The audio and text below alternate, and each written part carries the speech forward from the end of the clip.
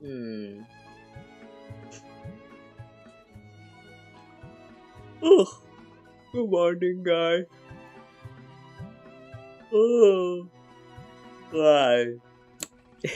It's been a while. Good morning, con Kawa. Welcome in to today's short little react stream. Kinda. So give me a moment. Right.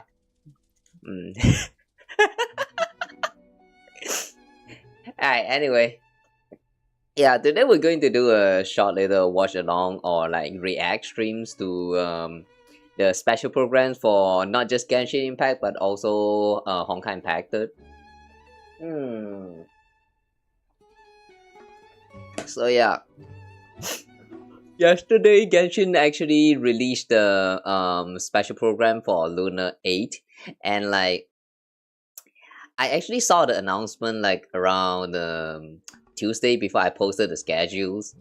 But like the thing is, I thought that the special program is going to be on Friday, and I really thought that it's going to be Friday until like yesterday when I no, not yesterday. Today somewhere around like evening, and then I saw that, wait a second, why is there so many people talking about Genshin Impact? And then yeah, and then I just noticed that it actually happened yesterday. So so yeah, if you're watching this live right now, yeah, this reaction is kind of coming a little bit too late. But yeah, just pretend that we are now still at yesterday, and we were reacting right at the time when the special program premiered. So yeah. After we're done with Genshin Impact, I'm also going to be watching the Honkai Impacted version 8.9 Hyperion Lounge as well. It's basically equivalent to the special program for Honkai Impacted. But yeah, I just saw it happen like some hours ago. So since I'm already doing a react stream, so I just think that like, yeah, why not, So yeah, sorry about the lack of planning, but today we're going to do a react for both of these special programs for the Hoyoverse gacha games. So yeah, anyway, without further ado, let's get to it, I guess. And as I mentioned just now, by the way, this is going to be a short stream. I'll try to keep it simple and clean, and I'm going to try to keep it like clean as possible so that I don't really like overreact too much. But yeah, I don't know. We'll see. No promise on that. I'm bad. I'm really bad at not dragging things. Alright. That's it for the intro for today's stream, alright. Without further ado, let's get into the special programs. We're starting off with the Genshin's version of Lunar 8. I'm still having trouble reading all those like the Roman numbers. But yeah, let's get to it. Starting from Genshin Impacts. Okay, where's that again? Okay, HD. Let's watch it.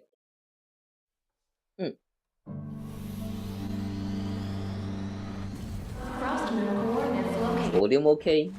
Please proceed to the main control hall for moon landing preparations. Main control hall for moon... what?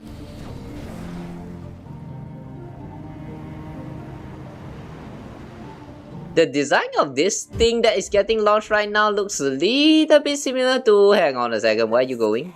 Return to the moon. Who's this? My mission. Who are you? Wait, hold up. Huh?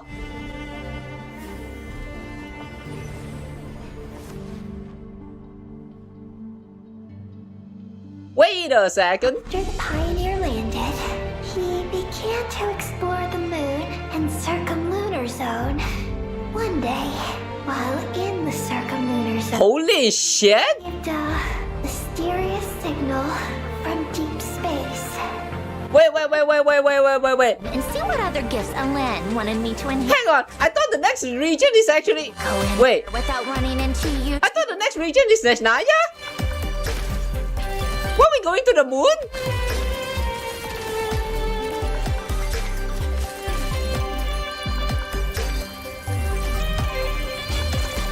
Somehow that was so impactful that I don't really feel I want to react to Susandroni showing up. Officially begins. Oh! Closed for this. Oh! Silali's getting a new outfit? Of the entertainment industry. No Look at our grandma acting cute. this detective Oh my god! really Hey, who's that? This lunar arcanum. Does that Ooh, see? the bitch is coming again. Moon. Who's this again?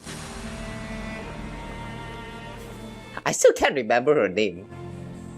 Babylos? terminal has detected the appearance of an unknown individual. Eh? Its purpose was to turn the moon into a space-based weapon. Wow! Moon as a weapon? Where have I heard that before? I already learned the truth at the moon's core. As for this place, it is the masterpiece of that Dragon Lord of Darkness. She is Ooh. activating Project Moongazer. Don't go. Call him Bina. Wait, now that I think about it... Would cost from the beginning. Okay, we will talk about that in a bit. Nazis and Christ Order. Only for help. Eh? It's our only chance. Project What does Nazis and Christ Order have anything to do with the moon? I have a certain feeling about how she views that descender. If what Huh? Glenn said is true, then I'm about to be Okay, it's getting a little bit loud now. born anew. Inverted. World formula. Reversion. World formula reversion? Hold on, what does that mean? We're going to... Wait, are we going to change the world?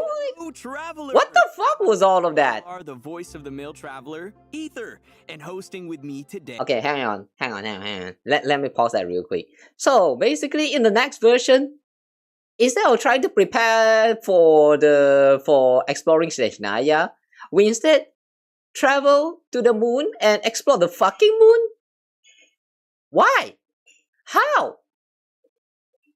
I mean, I did heard that we are going to get like a I did heard rumors that we are going to get like a new reaction. What is that again? Celestial reaction or something?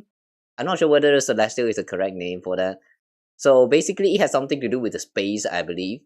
So you're saying that the reason why we're going back to the reason we're getting that reaction is because we're going back to the moon? But why? And what does the Nazis and Cruise Order has anything to do with the moon? I thought that they were just like... Wait, hang on, now that I think about it. Nazis and Cruise Order, when we're going through that whole story, it kind of... It's just a bunch of very passionate kids about trying to realize their dreams, something like that. At least that was what we knew back then when they released the story. But then there's Elaine, and then we have Sandroni, and we get a bunch of like lore drop about Sandroni and Elaine, which is like the genius creator who created the android and all that.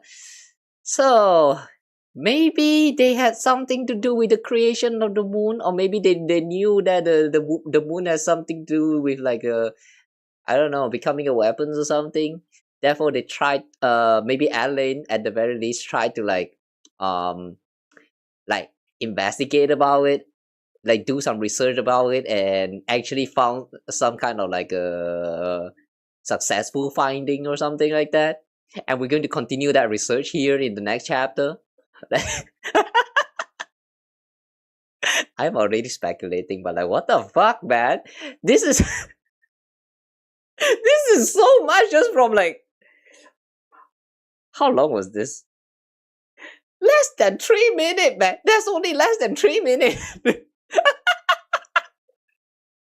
so many things going on in that less than 3 minutes. And we're also going to get Citlali's new skin, I guess. That was very cute. Like, I really like that outfit. But seriously, what the fuck? Yeah, see guys. I say that I'm going to keep it simple and clean, but yeah, I don't think I can. Oh boy. That was very interesting.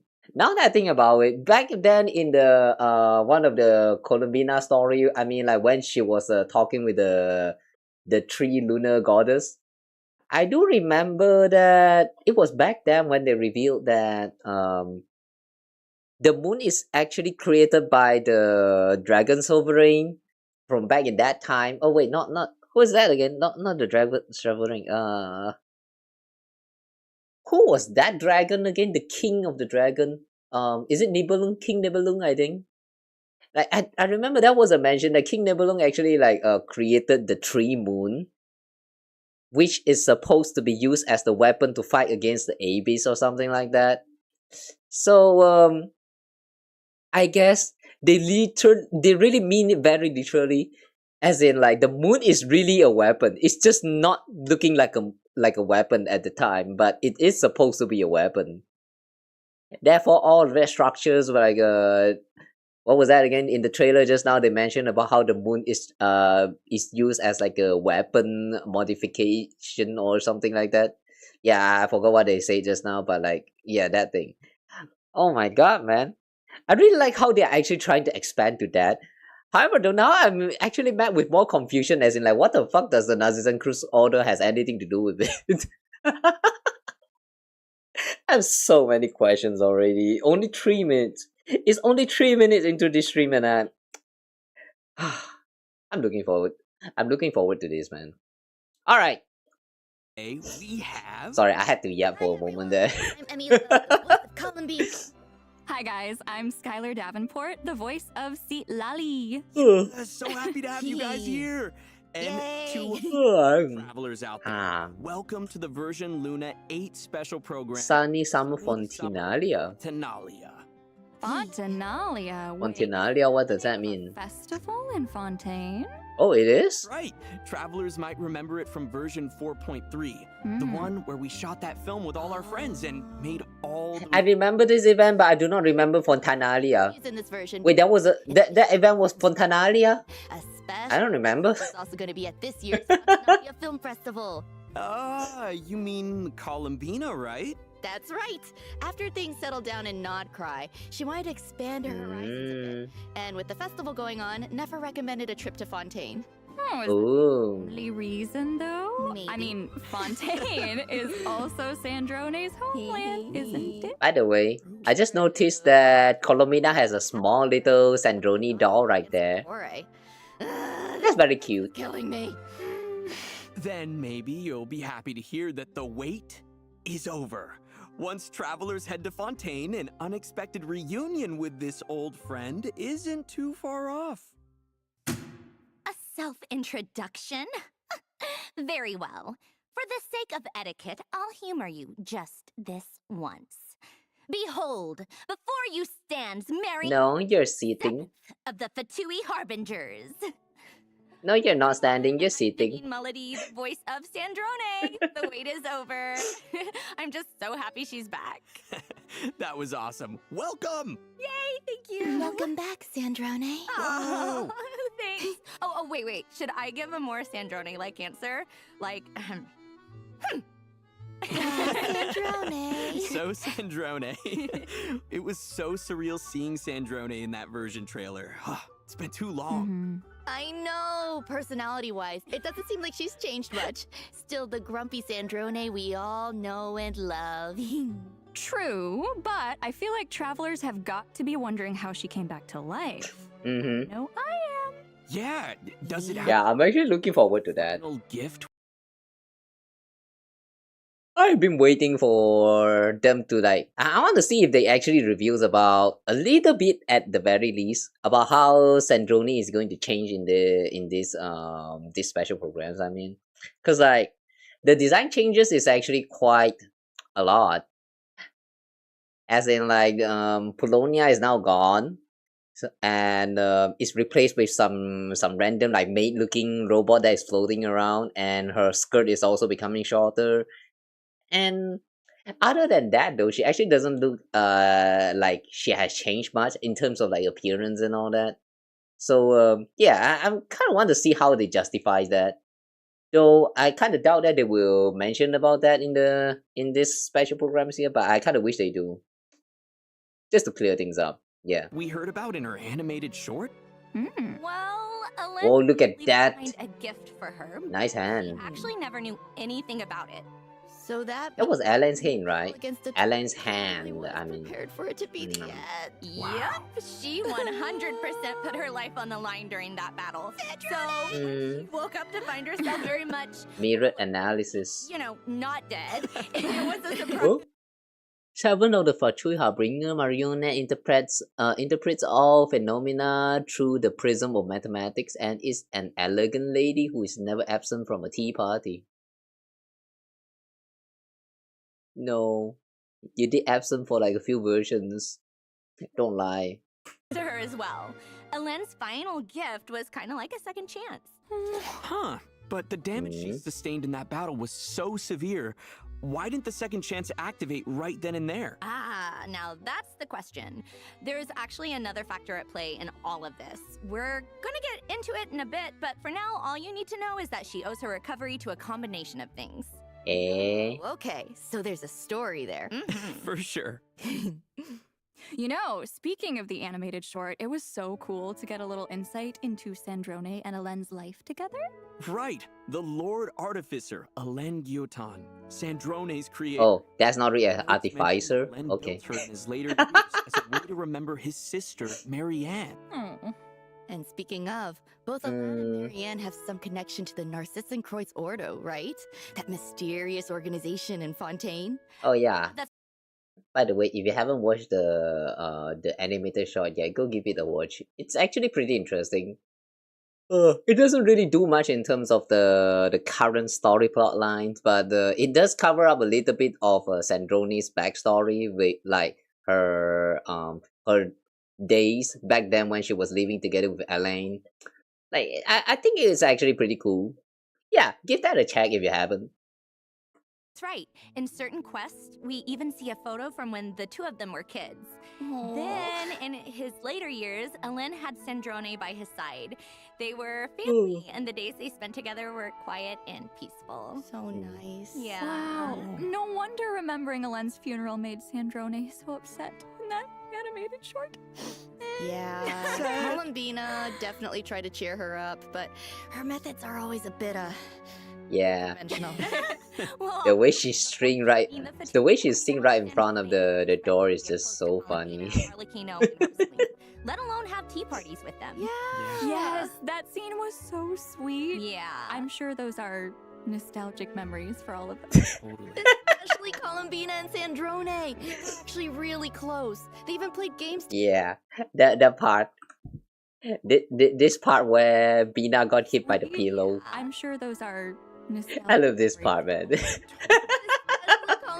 She just fall back and just like dies right there.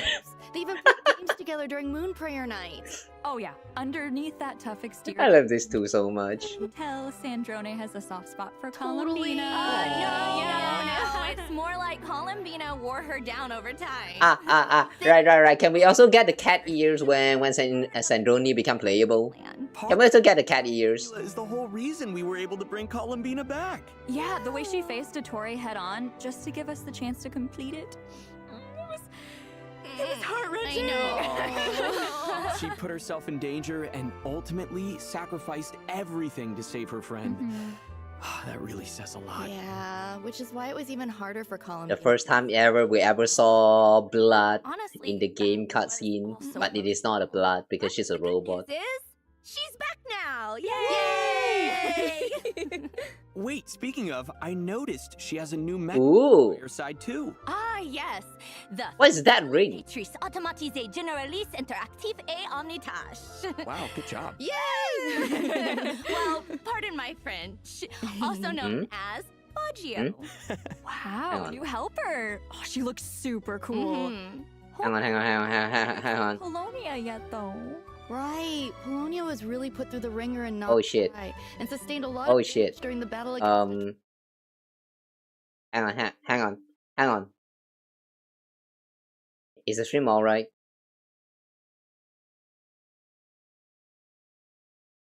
Oh, for a moment my browser kind of freeze. Oh fuck, what was that? I feel like I missed a lot. What was that? Was it captured properly?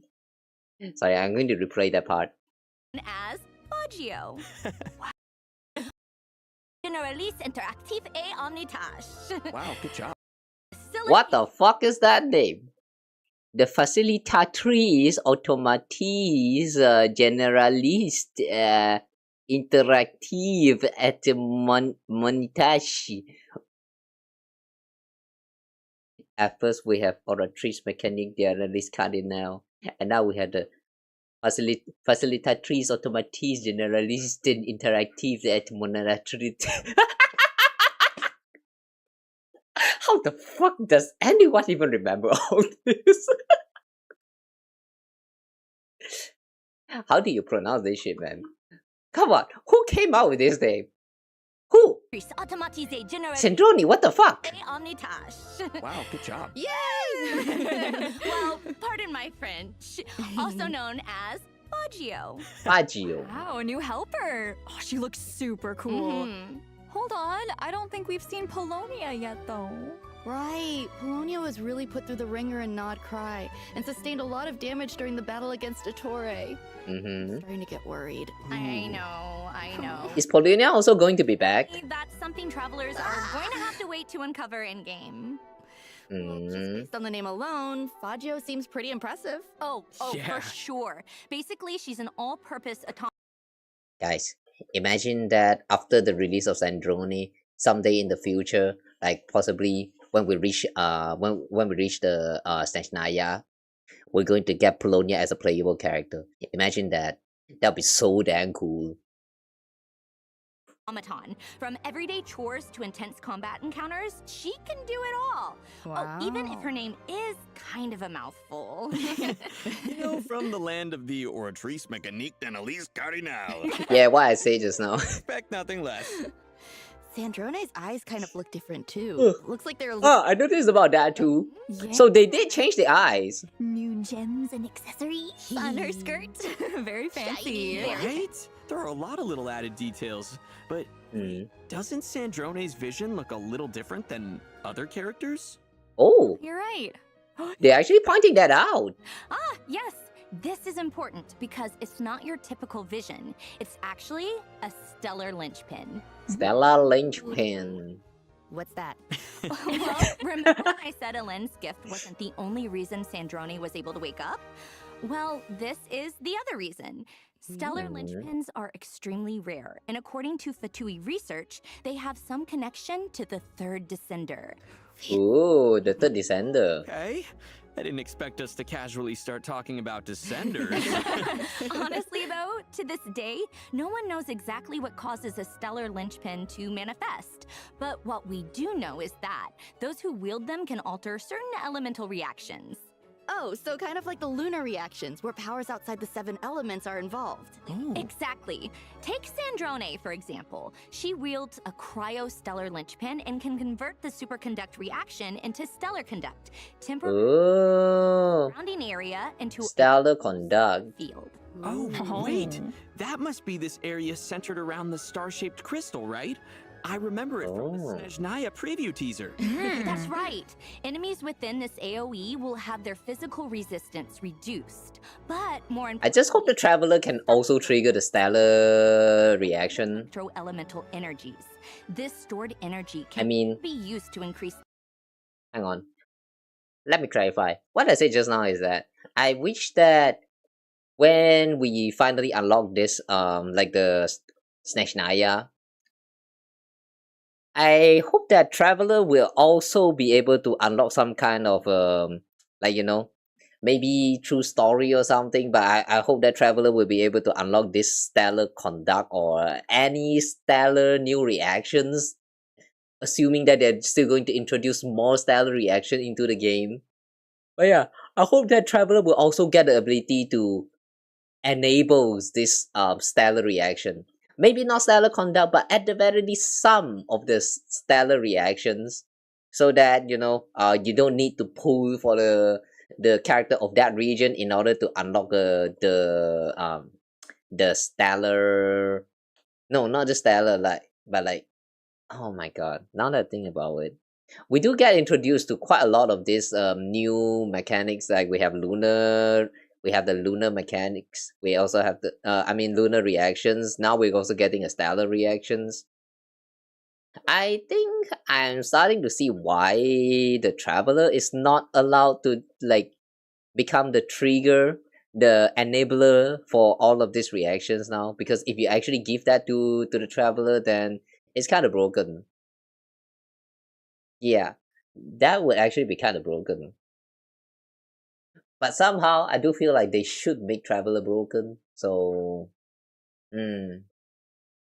yeah, Hoyo, just think about it. Just make Traveler strong. Really, just make Traveler the enabler for all of these special kind of reactions. Just do it.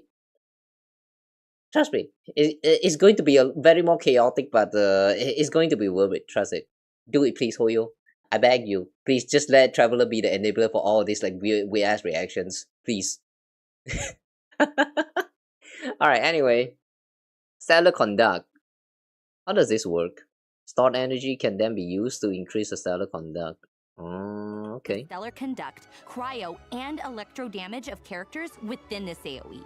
In addition, certain characters will gain special abilities while within the Polestar field. Wow. We get buffed, and enemies get less physical resistance. Sounds like Stellar Conduct is going to be a powerful tool in our arsenal. Yep, that's right. Plus, in Snezhnaya, Stellar Conduct will have unique gameplay applications outside of combat too. So, with outside combat? Drone, the chance to experiment with this new reaction is just around the corner. Outside combat? What does that mean? Stellar Linchpin, what are her combat skills like? Well, it definitely allows her to make greater use of her computational abilities. With the help of the Stellar Conduct reaction, she's able to control various mechanisms and flexibly deal damage. So, let's take a second to see her in action. Oh, yes,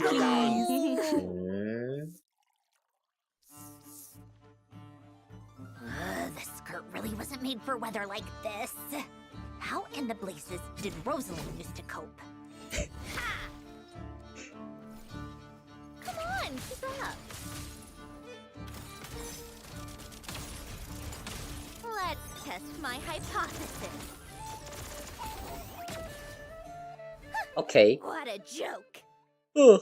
I do like the laser beams that she's shooting out all this time. Mechanical elements. Using all those mechanisms. Wait a second. Oh, I love all the mechanical elements. Wait, again. Oh, I love all the mechanical elements.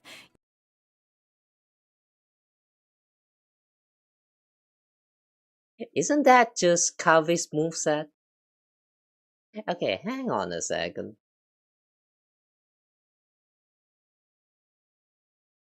Kave normal attack.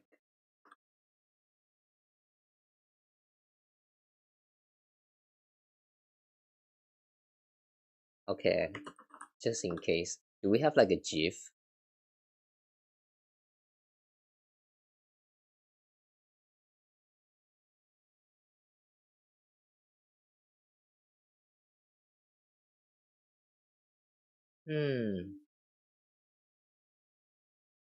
Okay. It's similar, but one less combo. Okay. Now let's look at this again. Oh, I love all the mechanical elements.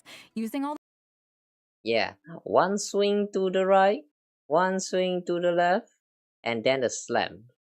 Yeah, it's just like Kave's basic attack, but one combo less. Huh. Okay. Interesting. I won't call them lazy, but it still feels kind of lazy. It feels kind of lazy and cheap. But yeah, if you actually pay attention to it, it just looks similar, but it's not really the same. So yeah, I'll give them credit for that. At least they don't just slap Kawa's basic attack exactly the same as it is on her. Yeah, good enough, I guess. But it still feels kind of cheap. Those mechanisms, it's like she Okay. has to lift a finger. Wow! Of course. Wow, she can float! Becoming of a lady. Wait! She can actually float like the, who's that again? Part of her kit. Convert the super. Hang on. She can actually float like that. Who is that again? Yume Mizuki. Ah, Mizuki. It's actually the same moveset.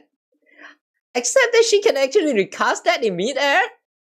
I'm pretty sure that Mizuki cannot do that. Okay, this is actually pretty interesting. But damn, imagine that Mizuki actually get power crap already. I mean, in terms of like the exploration capabilities, the exploration kit, Mizuki is actually getting power crap by Sandrone. Wow.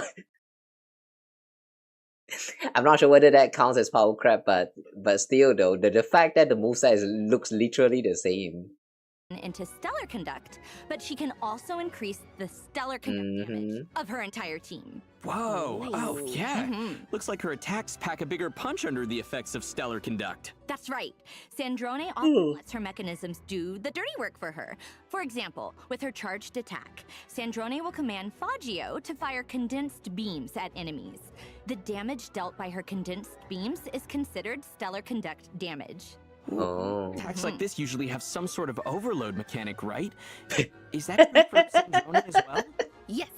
Continuously firing. Overload and you turn into a hydro traveler. They can then use her elemental skill to decrease Fagio's decoding power while quickly maneuvering around the field and firing prism shots at enemies. Oh. Wow. Okay, couldn't have said it better myself. Yay, I got it right. Yep. But what happens when they get overloaded though? Her charged attack and elemental skill, Sandrone can leverage her mechanical prowess and Fagio's powerful beams to clear out the field with ease. But that's only part of her tactical strategy. With her elemental burst, Sandrone bombards enemies with artillery fire and light beams, dealing AoE cryo damage.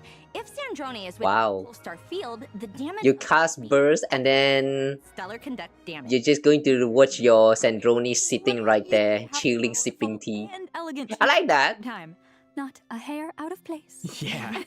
Even when bombarding us with a boatload of firepower. Yup. Man, it's gonna be so fun to explore Snezhnaya with Sandrone too. Yeah, Snezhnaya is where the Fatui headquarters are, after all. I feel like we can definitely expect Sandrone to play a part in the upcoming story. You know. Yes, the story. Please explain. The Adventurers Guild are also in Snezhnaya. I was just thinking about that because the Traveler first met Sandrone at the Adventurers Guild in Nod Cry. Right, when she took Catherine's place.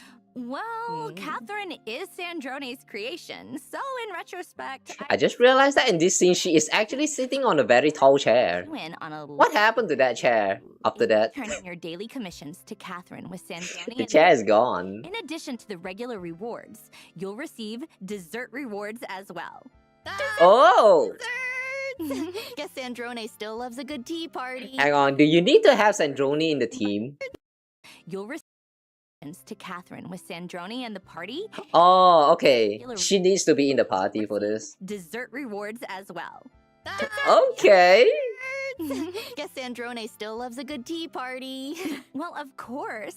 Inviting friends over for afternoon tea is how a lady engages with polite society. Plus, to make hosting tea parties even easier, Sandrone invented a Oh. tea table. All you need to do is send out an invitation letter and you can enjoy afternoon tea with friends. Oh. Okay. She met them during the Fontanalia Film Festival. Oh, that sounds possible. If the Alia Festival is anything to go by, I feel like travelers are going to have a lot to look forward to this time around. For sure. Okay. So, Let me pause this real quick. Okay, it seems like yet again they're going to introduce a character exclusive mechanic. For this time for Sandrone, it kind of makes sense in such a way that Yeah, since she loves tea party, I guess she's going to frequently invite the other characters to join in the tea parties, right? Yeah, it actually makes sense. However, though, this is another one of those character exclusive little anecdote events, and I can see that there will be some who get ticked off by this. Well, I'm going to get her, so like yeah, personally I don't really mind too much. But still though, I still feel a little bit sad. This time I'm not actually worried, but more like I'm a little bit sad because you know that was some statistical like calculation and stuff to, and they kind of showed that Genshin's reward from each of this version has been kind of decreasing a little bit. So for if you are like a free to play players, then the amount of pulls you can get is not going to be enough to guarantee all of this newer character that has their own like exclusive mechanics. And yeah, that kind of sucks. Not gonna lie, that kind of sucks. Though I still like that they're trying to do something new to the characters in such a way that it's just like something extra for the character if you own them. If you don't have the character, then yeah, it's okay. You don't really need to see those part of them. Like yeah, it's like it's a mixed feeling. Okay, I don't like the inclusion for it, but at the same time though, the way they made them like character exclusive is still kind of it still kind of make me sad a little bit. Especially for those characters that I don't really own, which has those special mechanics. That really sucks. You know, I say that, but even after last time, I obtained who's that again? Linia. Yeah, I think it was Linia. You know, like she has like this new little gadget that you will obtain, which allows you to like I don't know what they said actually to keep track on the enemies, the creatures that you encounter on your journey or something like that. Yeah, even that mechanic, even though I'm kind of sad that it's actually a character exclusive mechanic, but then now that I actually own her, I actually didn't manage to find the time to like play that segment of Linia. So in the end, it didn't really quite matter too much. So I just feels like, yeah, I don't know, man. Because even though I'm sad that this is actually like a character exclusive little side content, but at the same time though, even if it is available as a permanent content, will you actually play them? That's the big question there.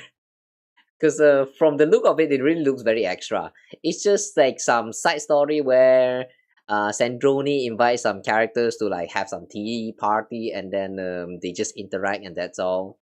So it's probably not going to be like, oh, you're missing out on like 600 primo gems, that kind of big deals. So yeah, it's probably not going to matter too much in the long run. However, though, I still wish that it can actually be like not a character exclusive content. That's all. Yeah, I say that, but then I probably still won't do it. I need to find some time to actually play the game, guys. Yeah, if you're also still playing any of these gacha games for like quite a while now, I have a question for you guys. Are you actually still playing the games, or are you only there for the dailies? For the rewards, the primo gems, so that you can get like new characters when they drop? Like, which one are you? Are you actually actively going through all of this newly updated content, like 100% all of them, leave no secret unfound, anything like that? I've noticed that I have not been playing Genshin like that for a very, very long time now. So yeah, I wish I can actually spend more time on this game. Let's get into it, shall we? Oh, Does everyone remember Risley's giant ship, the Wingalet? Winglet? I mean, it looks. The one that shows up in the cutscene? And only in the cutscene? The ark he built in the fortress of Meropide, right? To deal with the whole prophecy situation? Yes, that's right. It turns out an aquarium will be opening on the Wingalet during the Fontanalia Film Festival. Oh. And it seems like Sandrone has her own room on the ship as well. And are those two things related? Sandrone being on the ship and the aquarium? How come she actually has a room? Far, I'd be pretty surprised if she suddenly developed a passion for marine animals. Yeah, there must be another reason then. Wait, since she is actually a machine, can she actually dive under the water? Rone's activities might be a mystery, but Bina's aboard the ship for a much more straightforward reason. She's actually acting in one of the films, and her crew is... This is a homeland. Where Aww. Sandrone is staying? The intrigue. I know. I'm so excited for travelers. What? She can play piano! So, Wait, be sure to check out the sunny... Wait a second. I'm so excited for travelers to see how it all plays out. Okay, interesting. The piano is actually animated. Finale event during the new version. For a limited time, completing the event story will also reward travelers with additional Ascension materials for Sandrone! Yay! All this talk about the Winglet must mean Riley is making an appearance during the festival too, right? Yep. In fact, during filming, Trismegistus. convinced him to check out a mysterious fortune-telling stall, though fate may have been leading him there already. Barbelos. Wait, is that Barbalot's Dodoko? So the Hexen Circle's in Fontaine now? That's right. Apparently, it's because Barbaloth happened to catch a glimpse of a strange omen during a recent Hey. Ooh, very mysterious. And it had something to do with the traveler. Oh, Mizuki! That's right. The one who got power crab. One who's been invited here by fate. Mage B's stall has been getting quite a few visitors. Oh, Diona is here too. She uses lunar arcana to read their future. For example, Risley draws the upright Emperor card. Ooh. Whoa, that's Example, Risley draws the upright Emperor card. Oh, okay. For a moment, I thought this is the throne that Capitano sit on, but I would like to guess that this is actually Sarisa's throne. Okay. That sounds. It looks frozen and all. What does it mean? Don't worry. Barbaloth will explain the revelations of the lunar arcana in-game. In addition to her insights, each character that visits her Which stall revelation? receives Hang on! a tangible boost to their abilities, including ones relating to the stellar conduct reaction. For example, after Risley's revelation... Wait. Whenever he's Does that mean... star field generated by the stellar conduct reaction, he'll be able to restore HP more frequently with his charged attacks, allowing him to unleash more enhanced normal attacks. Yae Miko's Sessho Sakuras are also getting enhanced. Not only will their duration be extended, but they won't be destroyed after she casts her elemental burst. Plus, when Yae Miko is within a Polestar field, the lightning strikes from her Sessho Sakura will be able to deal additional damage, and that damage is considered stellar conduct damage. In addition, when Chi-Chi is within a Polestar field, her elemental skill will provide the party with a damage bonus to reactions like stellar conduct Damage and bonus. additional damage alongside the active character. And when Yes, it's very nice. Make Chi-Chi grey again. elemental skill will allow him to temporarily I don't have Xeno. Born Path Clearer state to deal quick bursts of damage over a short period of time. Let's go! These are just some examples of the witch's revelations travelers can look forward to in Luna 8. We don't have Hang on. The thing is though, I'm pretty sure that they mentioned that you need to have Sandrone in order to trigger the stellar reaction. So does that mean that after they do the wish revelation, these characters will also be able to trigger the stellar reactions? I mean the stellar conduct reaction somehow? Or they just boost stellar conduct and not actually enabling the stellar conduct? How does this work? Oh, hi there, welcome in. time to introduce them all, so We're big braining right the now. rest in game. And as for the new reactions coming in Snezhnaya, Stellar Conduct is just the beginning, so buckle up, travelers. So Stellar Conduct is just the revelation, a beginning. bunch So of we're going to get more stellar getting reactions? stronger, but they can now interact with the stellar conduct mechanic as well. That's right. Basically, after unveiling their revelation, some of their talents and skills will be enhanced while within a Polestar field. Ooh, awesome. So, if you have any of those characters, you can pair them with Sandrone and see all the new things they can do with the Stellar Conduct mechanic. There are also other changes in store as part of these revelations, as well as interesting stories associated with the Lunar Arcana card each character draws, but we'll leave that for travelers to experience for themselves. Okay. Plus, the characters with the Witch's Revelation will also be featured on the Light Race Wish banner, so don't miss out if you're interested. What is a light trace wish? Event wishes. In the first half of Luna 8. Is that like the Chronicle wish? Forward to event wishes. Event wishes. Hang on. So, plus, the characters with the Witch's Revelation will also be featured Banner. on the Light Race Wish banner, so don't miss out if you're interested. Banner. As for our other event wishes, Okay, it's something similar to the Chronicle wish, I guess. travelers can look forward to event wishes for Sandrone and Seatlolly. Shilali. Star Claymore, a teaspoon of Ooh. Ooh, I like this. I like this blade. Wait, I like this blade. It's a claymore. Ooh. Okay, I like this design. It looks very cool. It has a little bit of that key motif right there.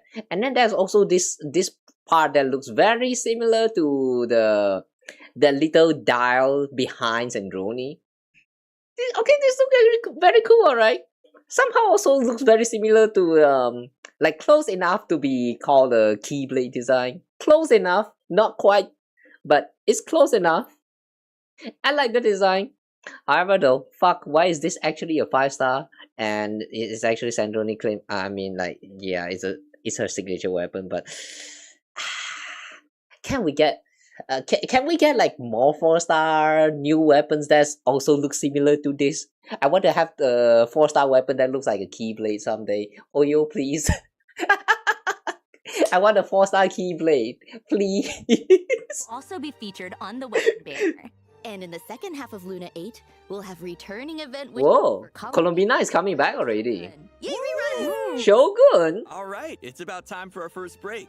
Oh my god. Wait a second, Shogun. That reminds me.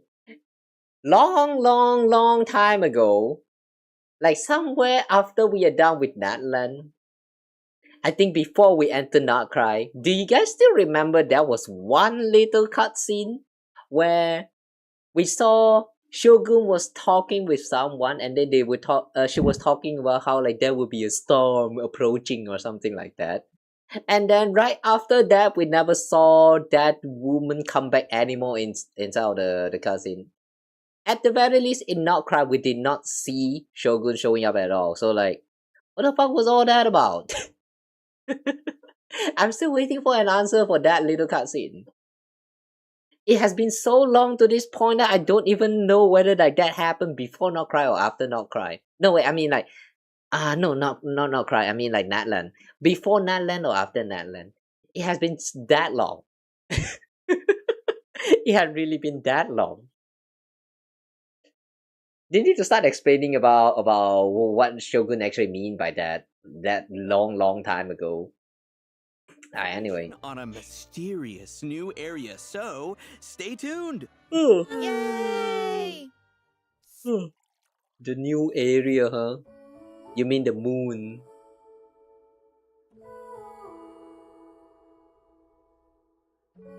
Yeah, look at that. The difference in the design.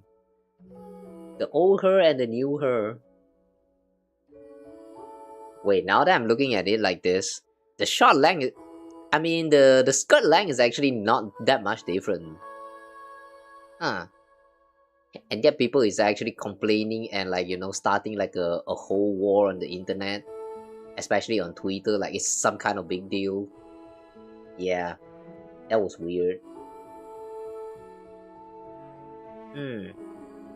Valid until June 22. Ooh. The code period is actually quite long this time. Anyway though, remember to claim your code, guys.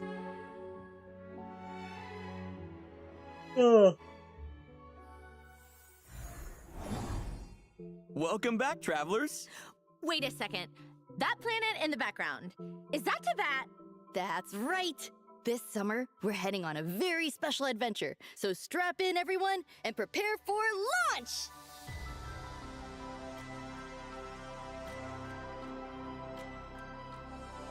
I'm going to be waiting for them to explain about the design. Space, This is incredible! When you mentioned a special adventure, I didn't think it would take us outside of Teyvat. And not just anywhere outside of Teyvat. We're heading to The moon. dun dun dun. Ooh, it looks up. The Okay, wait a minute. That ball terminal thingy there. Didn't we saw that in some other Hoyoverse game before? On one of those spaceship right there? I don't remember whether this exists on not Zenless Zone haven't advanced that far yet.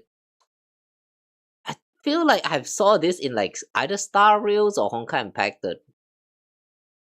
Like that was like a spaceship that also has like a very huge like a ball kind of terminal that is used to like pilot the spaceship or some sort. Or maybe not that. Maybe not a spaceship but something else, but with some of a very similar terminal. Is that that part in the Amphorius during the Yasin's quest? What is that place called again? The Sky Island or something? Okay, I don't remember, but this terminal right there looks very, very familiar. Suspicious is what I'm trying to say. Ooh, it looks Whoa, the moon base! Look at those Why is there a freaking base on the moon? different than when Bina brought us here before. Well, she did say she wanted to clean up the place a bit before inviting the traveler back.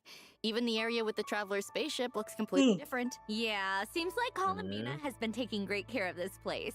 Mhm. So, are we here for this summer adventure at her invitation? It's How though? a bit more complicated than that. The traveler actually notices that Bina's been acting a bit off, and out of concern, follows her all the way to. What do you mean she can walk on water? She can't do that! Inside the ruins, the traveler acquires a mysterious power known as Archeoloon energy, which seems to be able to manipulate gravity. Archeloon energy. Energy. So these ruins must have something to do with the moon. Are Mhm. there clues here about why Bina is acting strange? There are. The traveler will encounter a strange Column. Kuhenki. The We moon. think she might have some connection to Bina. That's a very strange Follow her. Koenki. The trail leads. No wait, not Koenki. What do you call these creatures again? That's the spaceship we saw earlier. Yep. After we explain the situation, our new Kuhenki friend, Eggy, Ah, agrees to head Kuenki. to the moon with us to search for Eggy. Bina. Wait, Eggy? this thing is speaking like Nicole. That's another Paimon original. Okay, got it. Oh, I can't wait to see what the different areas of the moon are gonna be like. Is there a lunar base or something? There is. That's actually the first stop on our lunar expedition, the Eye of Ibni Bellum. Like Ibni travelers Bellum. experienced before when Bina led us to our spaceship, the gravity here is completely different from Teyvat. And the Whee! entire lunar surface is like this. No more bunny hopping, guys. Archeoloon energy can make our bodies even more lightweight. Ooh, that should make lunar exploration a lot easier. Before that, though, we'll need to rescue Eggy, because after we land on the moon, she somehow gets captured by a strange device. Why did he get kidnapped? Yeah. Why? That will need to venture into some underground ruins. Of course, with the help of Archeoloon energy, the mechanisms and guards around here shouldn't pose too much of a challenge. Then we'll head to the lunar. Okay, so you can still play your normal team here. Learn about the mysterious Okay. Project Moongazer. Now I'm curious how it works for the combat with Dragons. Varesa. Whoa. Dragons. So does that mean the dragons had plans for the moon? That is for travelers to discover for themselves in-game. But the good news is, the terminal also gives us a few clues on where to search for Bina, which leads us to our next adventure, Ungyen's Circle. Ungyen. In a way, this facility is used to research Ungyen lunar Circle. life forms, and also seems to have some connection. Wow. Whoa, now this Project Moon Gazer. different from the lunar landscape. What the fuck does that mean? Looks like the dragons turned this place into some kind of experimental lab. Exactly. It was all the dragons doing? Who come from the same place as Eggy. Apparently, these kuhenki are obsessed with wearing all kinds of Seriously, how do they plant all of these plants on here? Oh, what's that thing? different hats. So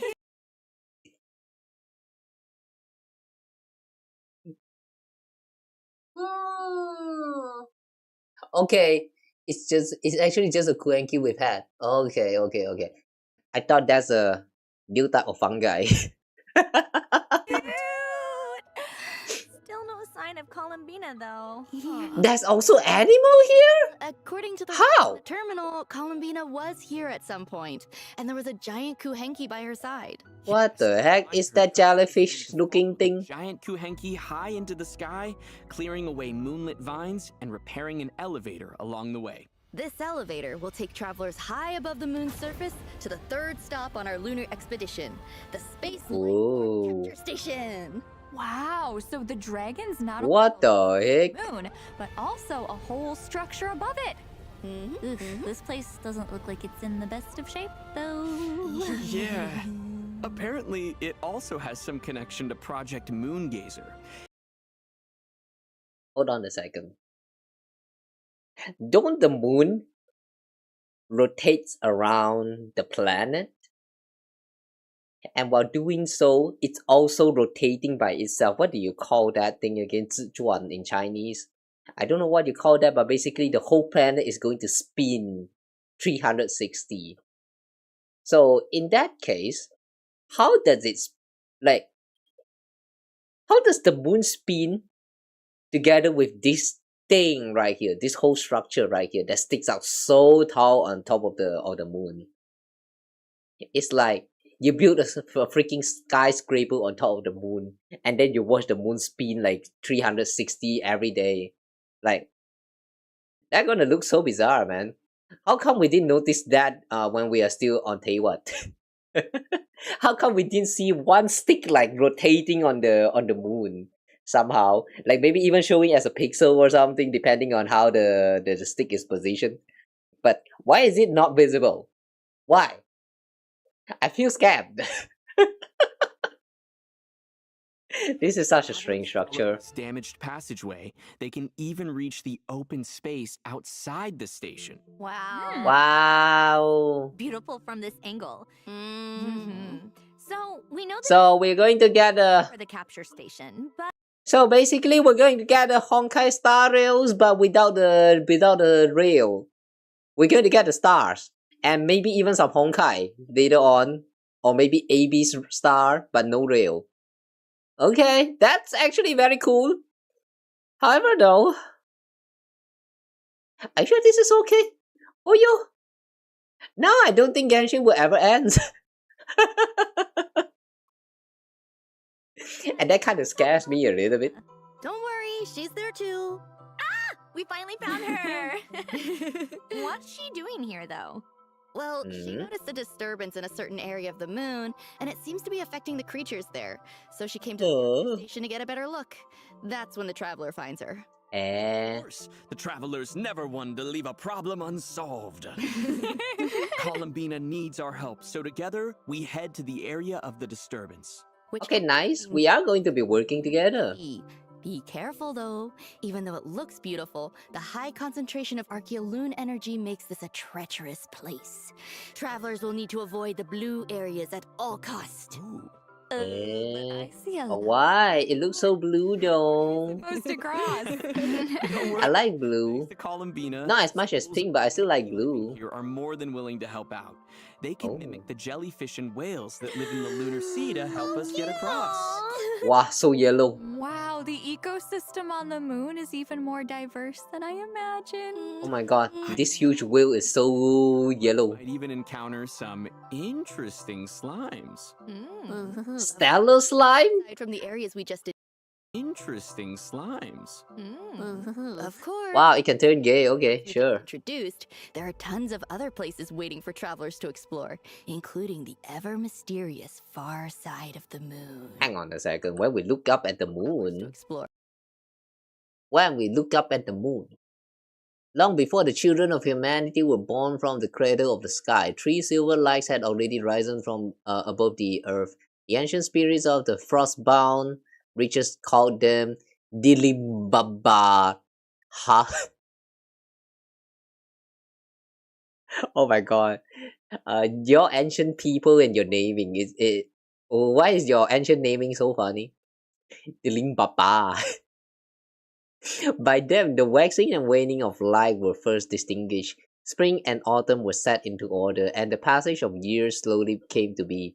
Now, as time flows ever onward, only one of those three silver lights remains. Only one? But I thought... Okay, sure. The Moon Gazing Quest series includes voiceovers. Turn on audio for better experience. Okay, nice. Okay, very nice. I would like to guess that this is actually a world quest. So basically it's like a side quest and not like a part of the Archon quest.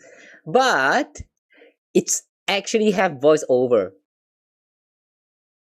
Nice. I feel like I've been heard. During the survey, I did kind of fill up for some comment about the world quest not having the voices for the characters that we love. Like for example, that time we did the story. What is that? The world quest of in Darkrai with who was that again? Iluga. Yeah, the whole quest Iluga is muted. Even though we have seen Iluga speak before, but the whole world quest, he is like the main cast. He showed up. We do a bunch of things, but he was muted the whole time, and that really ruined the experience quite a lot for me. Even though the story itself is actually quite good, but it just that's just like not it, man. We know that he can speak, so how come we didn't get to hear him speak? So yeah. Anyway, this time though we're getting a world quest, but the world quest actually has a voiceover. That's actually very nice. I like that. Including Let's see how it goes though. Far south. I just hope it's not partial. Wait, you're saying we get to go to the dark side of the Look at this moon? HD looks. Are we getting Wow. aliens now? Besides the traveler, you mean? Hey! yeah, we have aliens at home, you guys. Chill. No, but seriously, there's a hidden base on the far side of the moon too? This dragon technology is crazy. I know, right? Mhm. Of course, there's a lot more to explore on the far side of the moon as well. That's right. There's A so cannon much more to hole. this lunar adventure than Ooh. So be sure to check it out for yourselves in game. Wow, this is actually insane. There are so many cool areas and creatures to check out. Yeah, this actually looks very cool. Yeah, I know, right? Plus, to make lunar exploration a bit easier, the devs have made a few optimizations to the map. After the version update, there will now be an indicator showing which layer of the map you're currently on. And when selecting a landmark with a layer indicator, the layer UI will still remain visible. Of course, this optimization also applies to the Tevat map as well. Ooh, plus... Wait, what does that mean? Permanent. So Hang on, what does that mean? Selecting a landmark with the layer indicator, the layer UI will still remain visible. Oh! Oh, this thing right here. Oh, okay. Okay, cool. Will still remain visible. I'm not sure how useful that is, but I guess it's quite helpful. To that map as well. Ooh, plus the moon area is permanent, so travelers can come back and explore anytime. Ooh, that's awesome. Yeah, who would have thought the Song of the Welkin Moon would actually end with us going to the moon? I know. Yeah, who would have thought? We're really putting the Luna in Luna 8 this time. Well, I hate to be the one to bring us back down to Earth, but it's time for our next break. Aw. We'll be back with exciting information on the Luna 8 event lineup. Okay, event.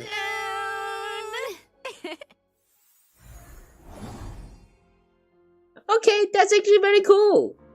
To the moon. So we will be going to the moon, and that is the new map to explore. Not like the kind of things that only shows up in the story, and then after we're done with the story, it just disappear and not be able to visit anymore. That's actually very nice. I like that.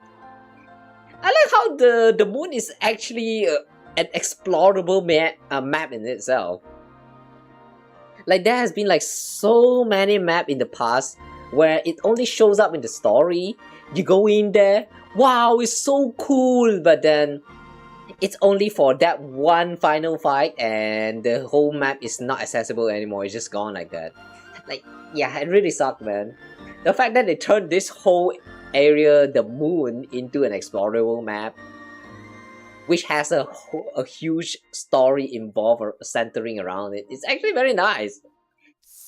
I like this new change. Welcome back, travelers! You know, there's a character we forgot to mention when we were talking about the Fontinalia Festival earlier. And it's Silali. Yay! Granny Yay! house! Hey, she likes to be social. Sometimes. The important thing is, she has a new outfit. Wow, look at all the bows! And the pigtails. That is so Please tell me we can get the outfit for free. Big deal. Please tell me we can get the outfit for free, But- please. Doesn't it look like she's wearing pajamas? No. Hey, wait a second! But Okay. Did you guys notice that the outfit actually looks quite similar to Colombina's outfit? Very interesting there. doesn't it look like she's wearing pajamas? No. Oh my god, it really does! She even has an eye mask and everything! Hey, Granny was already flustered enough running into the Traveler looking like that. Let's leave the rest for travelers to discover in-game. This outfit will be available at a limited time discount in the shop. Ah, god damn it! It's a paid outfit! Okay. Ah! If you're wondering why Granny made the trip to Fontaine, though, it turns out her favorite light novel is getting adapted into a film, and the Should crew is I unlock my wallet for this? And Charlotte starring in it? Looks like she's playing a detective. Yeah, it really suits her, doesn't it? But for a hard-hitting reporter like her, I'm sure playing a detective didn't Wait. feel too far off. This is Wait, hang on, this is Charlotte? The way she pursues the truth is already pretty intense. Okay. We get to run into a bunch of old friends on the way. I feel like some fun times are in store. Oh, for sure, so you don't miss out, travelers! Alright, here's another piece of good news, and it has to do with the quest dialogue experience. Charlotte does not look like Charlotte at all. That is pretty interesting. Quest before by clicking through the dialogue, but most of the time you have to wait for a set transition time to pass or for certain animations to play out before the next line can play. With the habits of different travelers in mind, the devs have decided to change this forward. Starting What? in Luna 8, Skip button? travelers can choose to no longer wait to advance dialogue. Eh? Single click can immediately move to the next line. Basically, the pacing of dialogue progression is now something you can control. Wait, that's actually awesome. Oh, and we should also mention that the Sunny Summer Fontinalia event story is permanent as well. So travelers Oh, can through it at their own pace. similar to the resort quest. The Winglet, but there's actually a bit more we need to share. That's right, the ship's aquarium has become Eh? a popular filming location, but it needs a bit more work before it can open for business. Exactly. And Eh? travelers, it's your job to get the aquarium Kaleido up and catch. running. Operation Deep Dive Treasure. Aquarium without different species of fish. So the Underwater combat? protein and Really? fishing. You might even spot some containers underwater with high-value collectibles inside. So Eh? just be on the lookout for fish. Yup. The goal is to surface at the designated area within the time limit with as many high-value fish and items as possible. You can then use Hmm. aquarium and drum. And the more interest you manage to create, the more guests will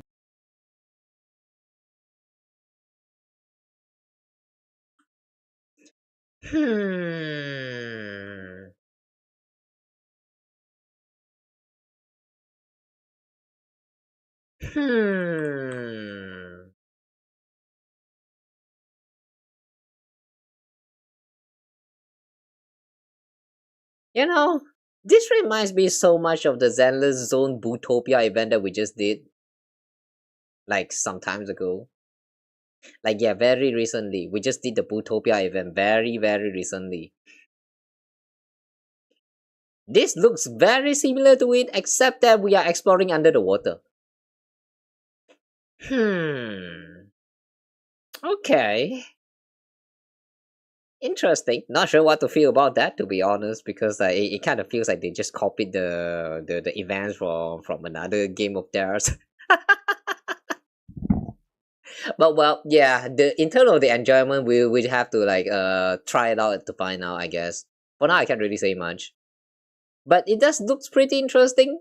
Underwater exploration, and then like with the scoring system similar to the Zenless Zone Bootopia. This could potentially be fun. We'll see first. As possible. You can then use what you catch to decorate the aquarium and drum up people's interest. And the more interest you manage to create, the more guests will visit the aquarium. Wait, You can aquarium. sell the collectibles as souvenirs to earn funds for the. Oh, hey, Catherine! Can also head to the pool on the ship and use certain bait or nets to catch the fish that are being Oh my recollected god. there. There's a lot of combination from... Reward. There's a lot of combination of contents / events that we have seen before. These fishing minigames, we have played this before. This selling thingy, I'm not quite sure, but the part about decorating the aquarium with the fish, yeah, I think we did that in Zenless Zone a very, very long time ago during the fishing events. That one where you fish for a bunch of fishes and then you can decorate the fishes that you obtain in the aquarium. Yeah, very similar. Okay. Cool, I guess. They're copying homework, but not letting them stay exactly the same. Business. Travelers can also head to the pool on the ship and use certain bait or nets to catch the fish that Now are... I'm really curious about how this is going to play out. Also look forward to various rewards for their efforts, including primo gems, the chance to invite Charlotte to their Take part to invite... Oh, you can also get Charlotte for free. Okay. Wait. We can get Charlotte in her outfit at the same time? Yeah, this is actually quite nice. Yep. I can't wait. Yow! So don't miss out, travelers. Okay, that's actually quite nice. Fontaine, guests from all over to. I'm pretty sure that in the past, whenever they had like this kind of events where you have like have an outfit that you can obtain for free, they don't really have the character that you can for that outfit to be specific. So you either have to have the like, let's say you are a new player and then you play through the event, you obtain the new outfit, and a lot of those times you just don't have the character that's supposed to be putting on that outfit unless you actually pulled enough to obtain their characters. There are some that's like, for example, Kawa or Xingqiu that you can easily obtain just by playing the game from like very early on.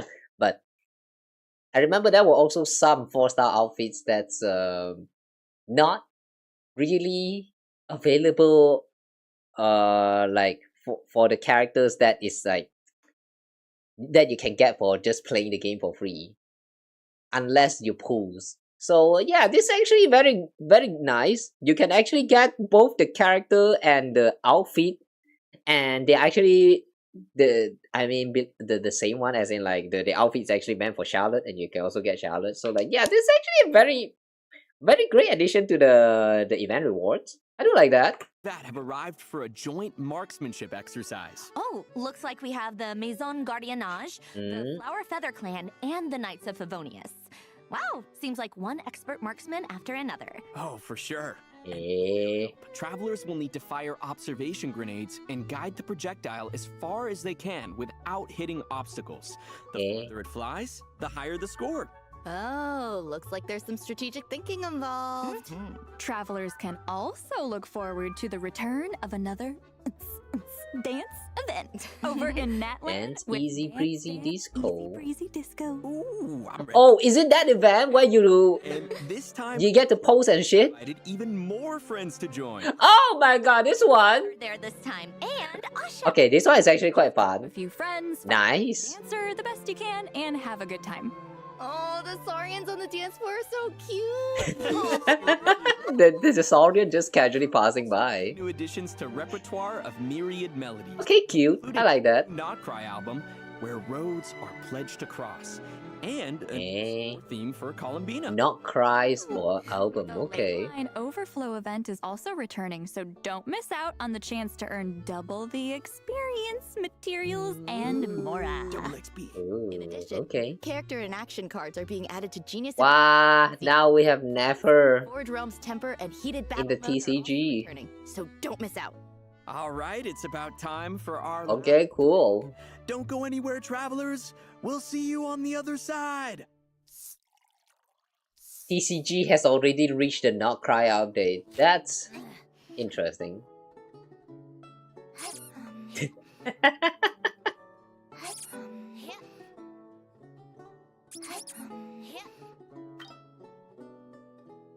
What is this mini game? That looks cute. Tea party time. Alright, the third code. Yeah, guys, remember to redeem the code on time. If you're watching this right now, you still have like 1 more days to go, I think.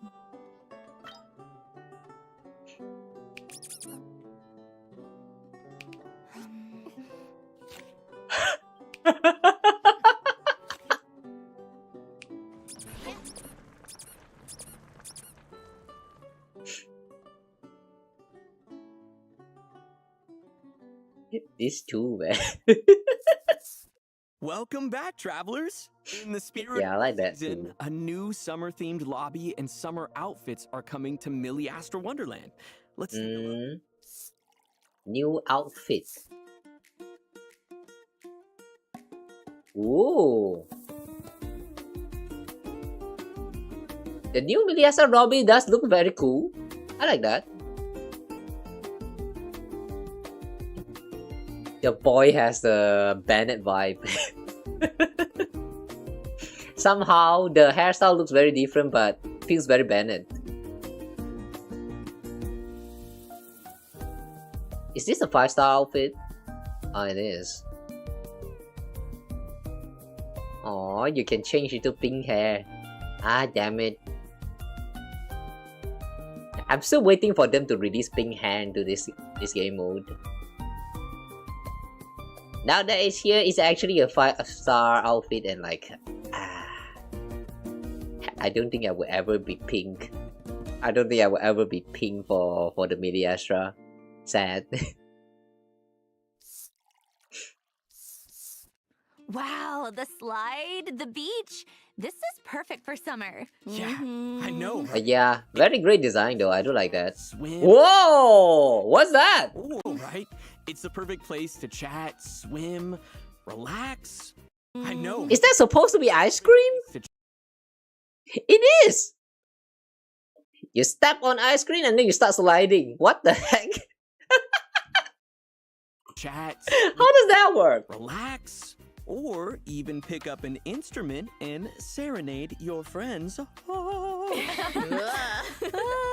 of these cosmetics actually look kind of familiar.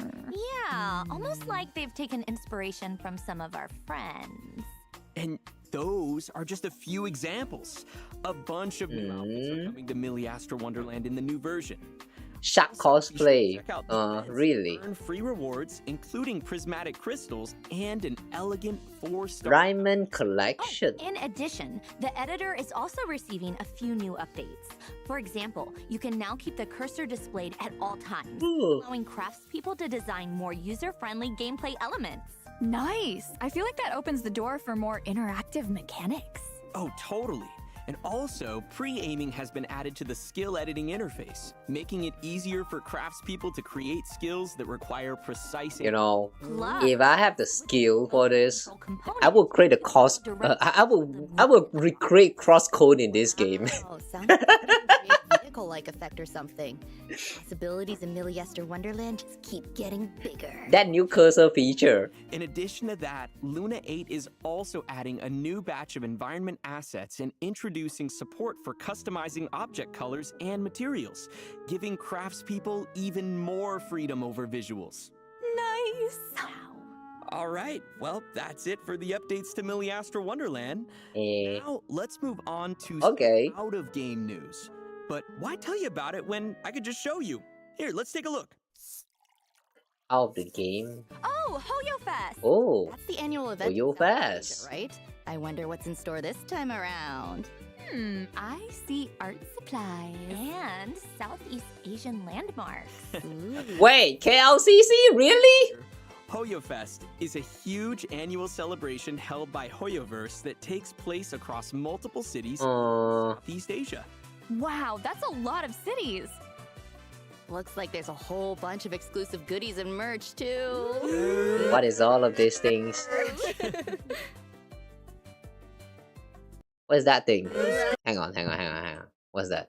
Looks like there's a whole bunch of exclusive. Snezhnaya cut. Character peeled apart film. What's that mean? What does that mean? Peel apart film?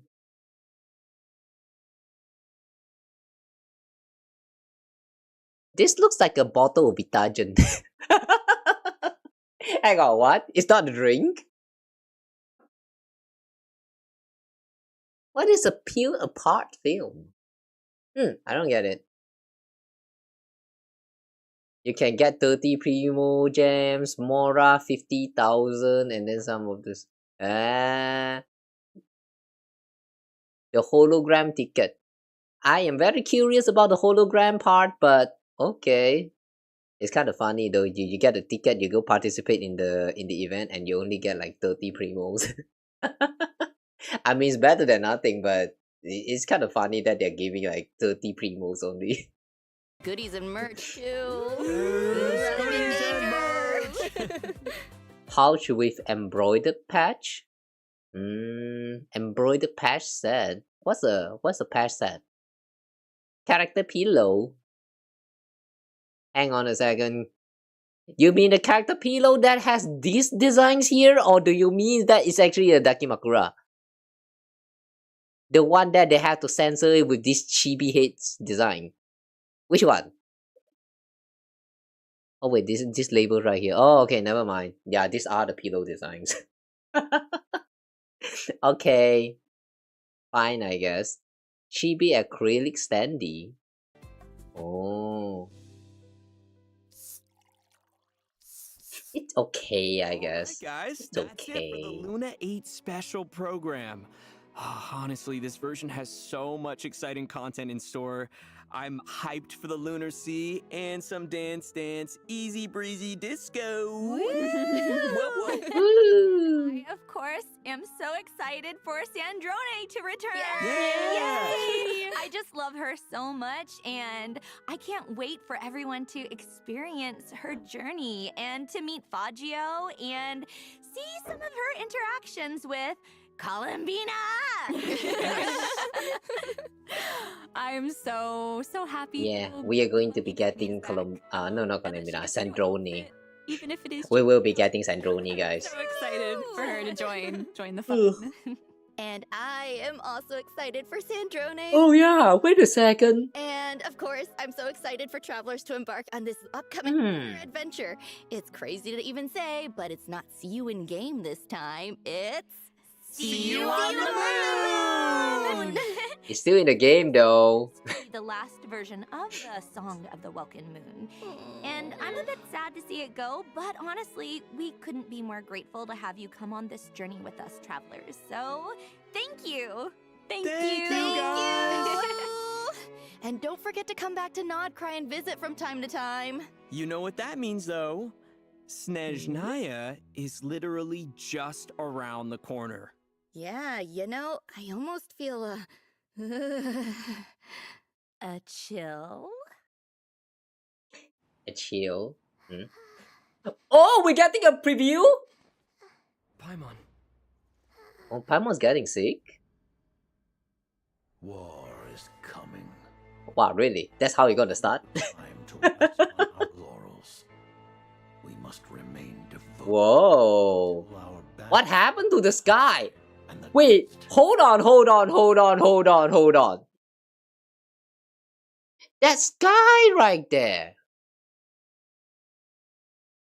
Is that the Irminsul's tree branches or something? I mean, those look like tree branches. What? Wait, what? Okay, I could be wrong about this, but this feels like an inverted tree branch. I wonder what that means. Until our banner flies high and the dust has settled.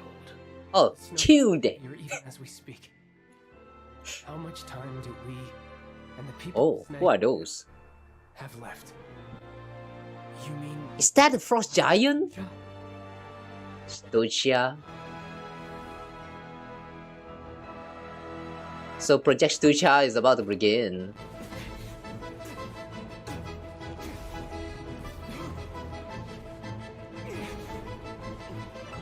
Is Traveler not going to change to a new outfit? Oh! What? Killer Bunny? Wow! I like that design. How much trust have we lost to this plan already? A trend? Numbers game. More Is that- and water Wait, is that the correct word? flow in unnatural directions. where am I?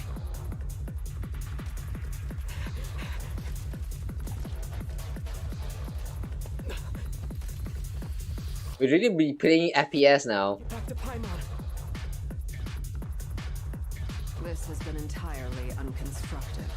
Agreed. How about some answers for once? That kind of looked like some VR thing. What is going on? Today's Oh! as expected. That old man! Wait, hang on. That old man! Wait. I forgot his name, but this old man actually looks kind of great. Do you guys think he's going to be playable? I mean, that would be an exception, judging by the character that they have been releasing into this game so far. I mean, I do remember this old man is kind of small in size. Imagine that he is actually a playable character, and then you obtain him, and then you go around places with him, like this small little kid, like the kid man looking male, like maybe even shorter than Diona, for example. Like that would actually be very hilarious. There's a part of me that wish that he is actually a playable character, just so that, like, we can get him and do some stupid stuff. As expected. A tomb and birch trees. That's Ooh. Yeah, that looks like a tree. in motion. I shall see to an end. Who's speaking? Hang on, who's speaking there? Is that supposed to be Saritsa? Huh. Shall see a tomb and birch trees. The Tsar's Huh. Okay, on closer look, those things actually look like the branches that we saw on the sky of the Snezhnaya just now. And then they also have the normal tree branches here. So I would like to believe that these are actually either not normal tree, or they are something else that's completely different. Completely different from a tree, I mean. Huh. I wonder what all of this means. And is this castle actually floating here, or it's not floating, like something else is actually down there supporting it? It's too misty, we can't really see the details. Okay, this looks very, very interesting. final tokens of affection. That which I set in motion, I shall bring to an end. Okay. And I think we have reached the end of these special programs. That's actually a lot to take in. Yo, what? Okay. So, In this next version, we will be getting the moon as an exploration area. We will be getting a permanent event content. So after that, we're also going to get the Archon quest, right? Wait, hang on. Is that actually Archon quest?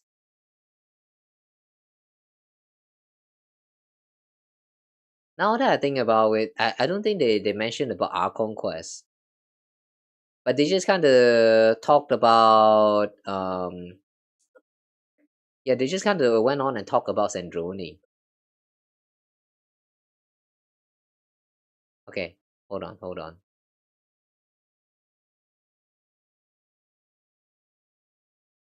Back. Yeah, the is gone.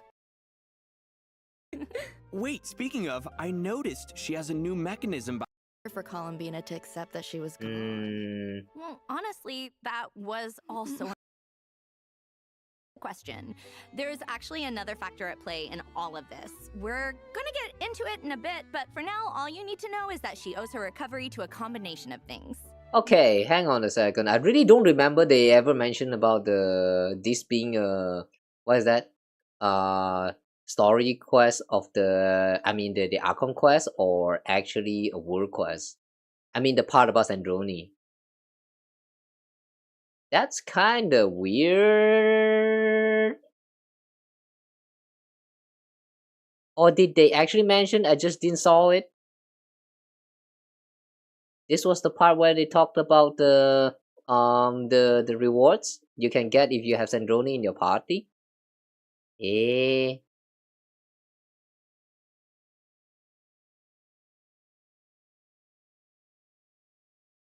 Complete the quest chain during the event to receive additional rewards. Quest chain, they say. Quest chain. So in a sense, I guess this is actually not an Archon quest. Huh. Sunny Summer Fontanalia. Oh, wait. Hang on a second. Chottomate. This is an event quest?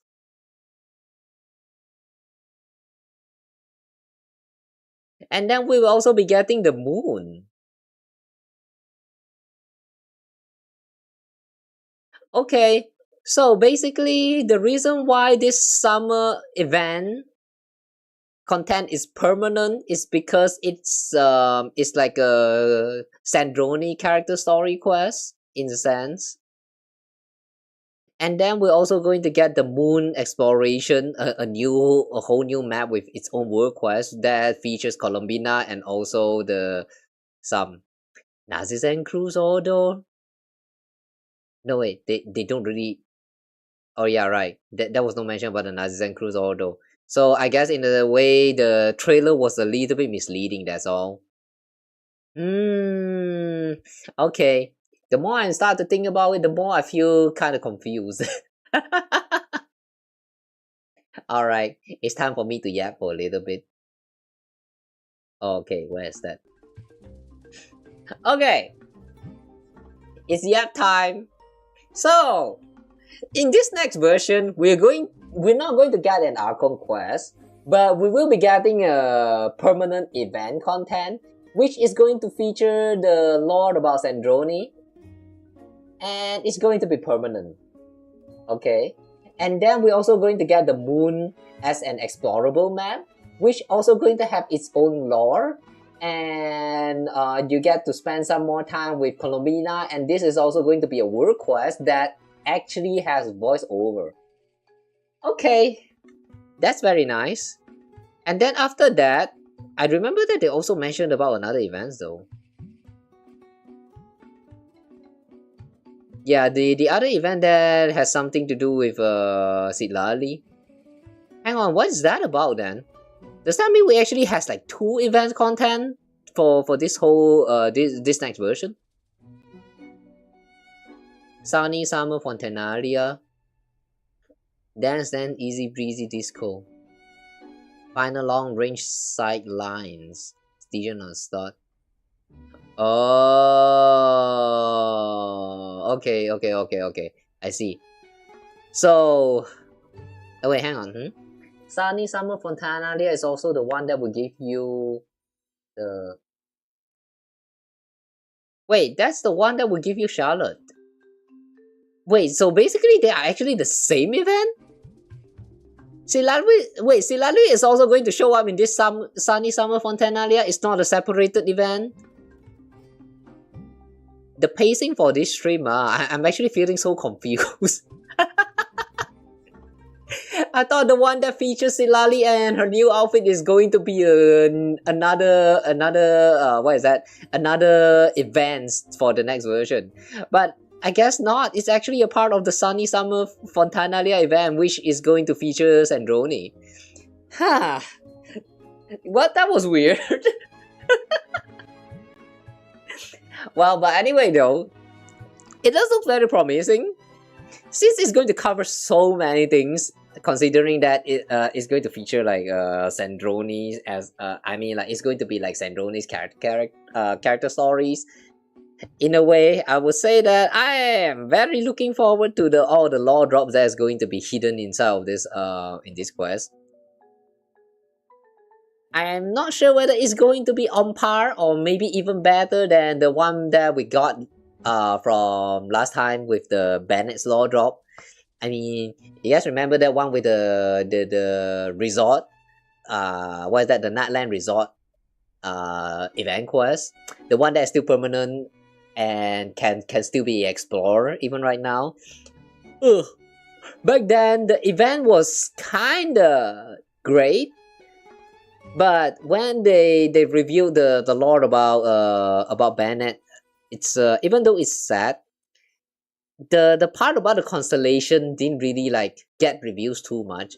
It just kind of showed the constellation is up there, and then they didn't really expand much about it. That part was kind of disappointing for me at the very least. I was kind of hoping for them to explain more about why the constellation of Bennett was in the sky back then.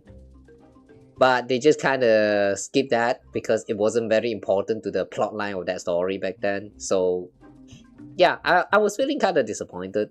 This time on the other hand though, I just hope that they do it like in the more relevant way. Like you get to learn more about Sandrone and also the research thingy, and maybe even like a little bit of the scenes from the animated shots, like that one with Elaine. Yeah, maybe a little bit more of the lore drops about that as well. That would be very nice. Like that's the thing that I'm going to be looking forward to. But yeah, we'll see how it goes.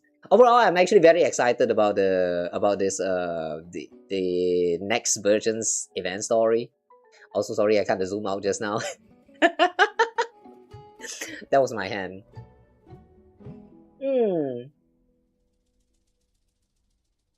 Okay, if I have to summarize all of this though, the event does feel a little bit lackluster in a way. This dance easy breezy disco feels like just a mini event where you get to play the dance mini game. I mean, I do welcome that because the mini game I do think is very fun. This final long range sidelines on the other hand, I still have no idea what this is. What's this final long range sideline again? Let me rewind real quick. Ah, the one where you do the diving thingy. Wait, is it this one? Final long range sideline. Oh wait, no, this is not the one. Exactly. Wait, this is not the final long range sideline. What is the final long range sideline?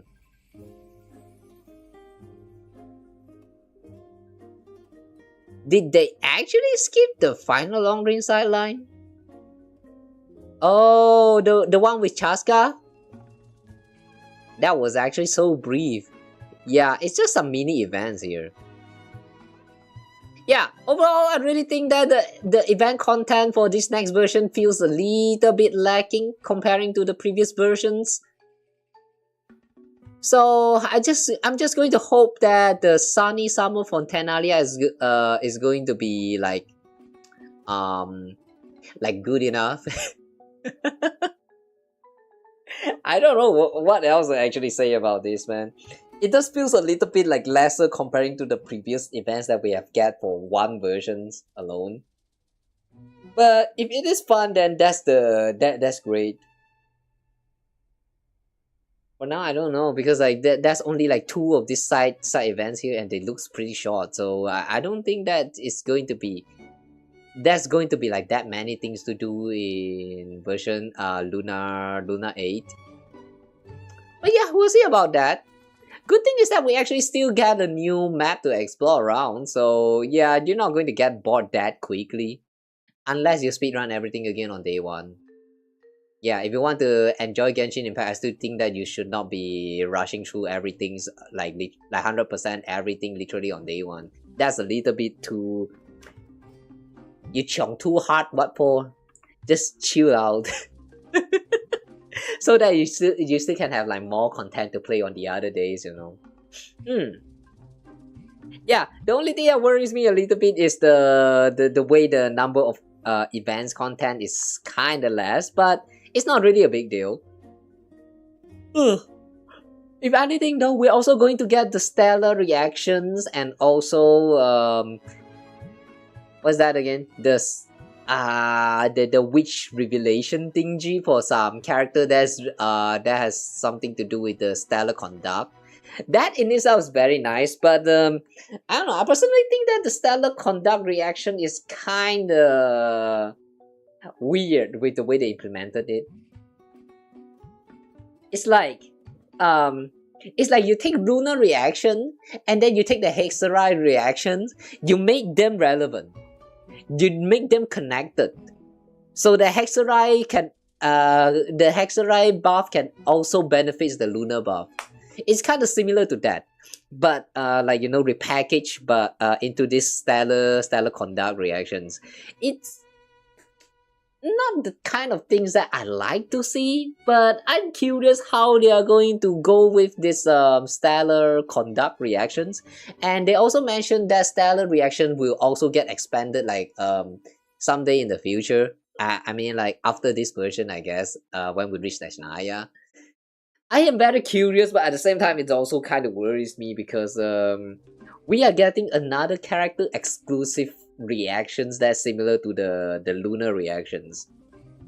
It's really not very great since it can only be buffed with some older units, as in like you can have the older unit also be used for the team, but you can't really use the older unit to trigger that reaction. That's kinda sucks.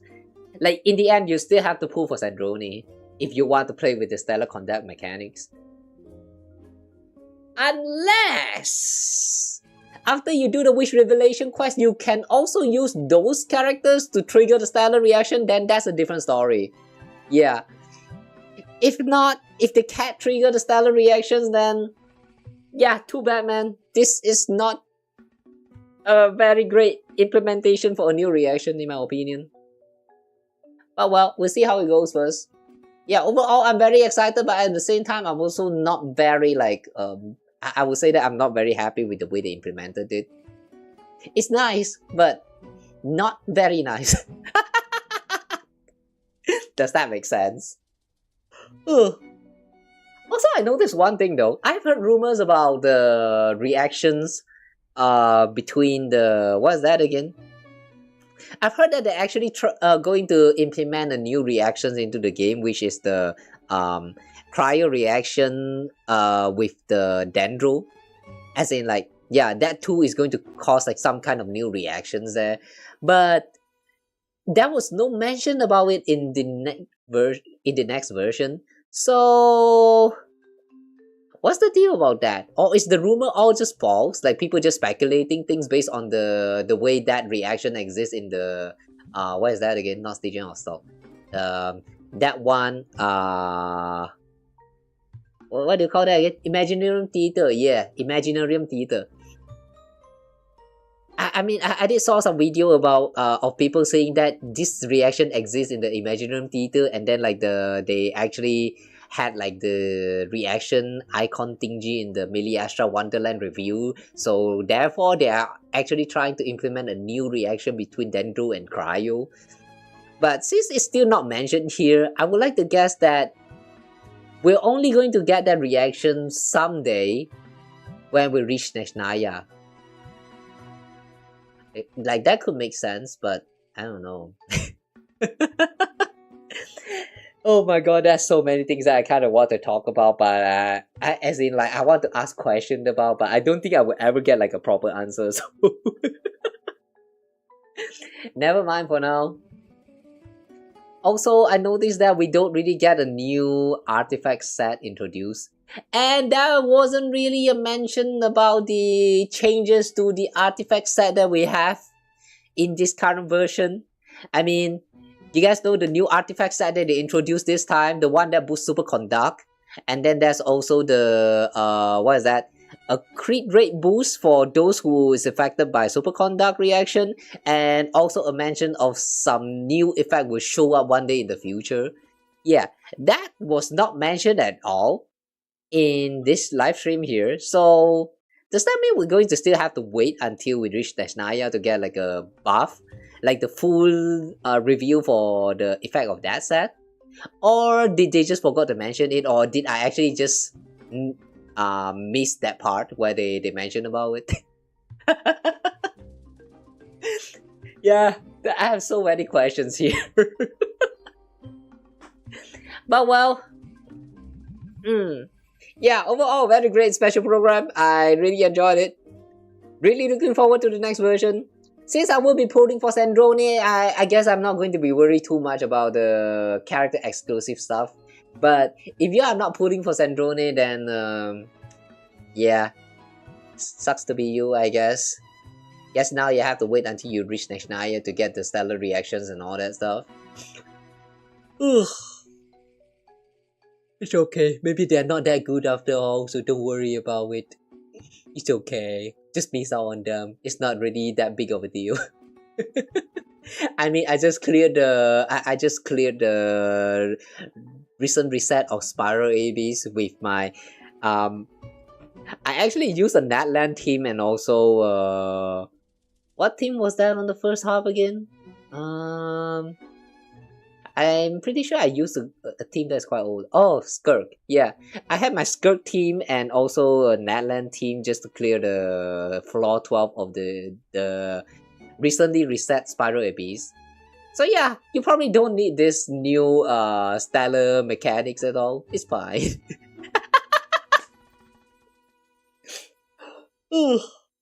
Well, anyway though, there's a lot of things going on. The Melee Astra Wonderland also looks pretty interesting with the new update.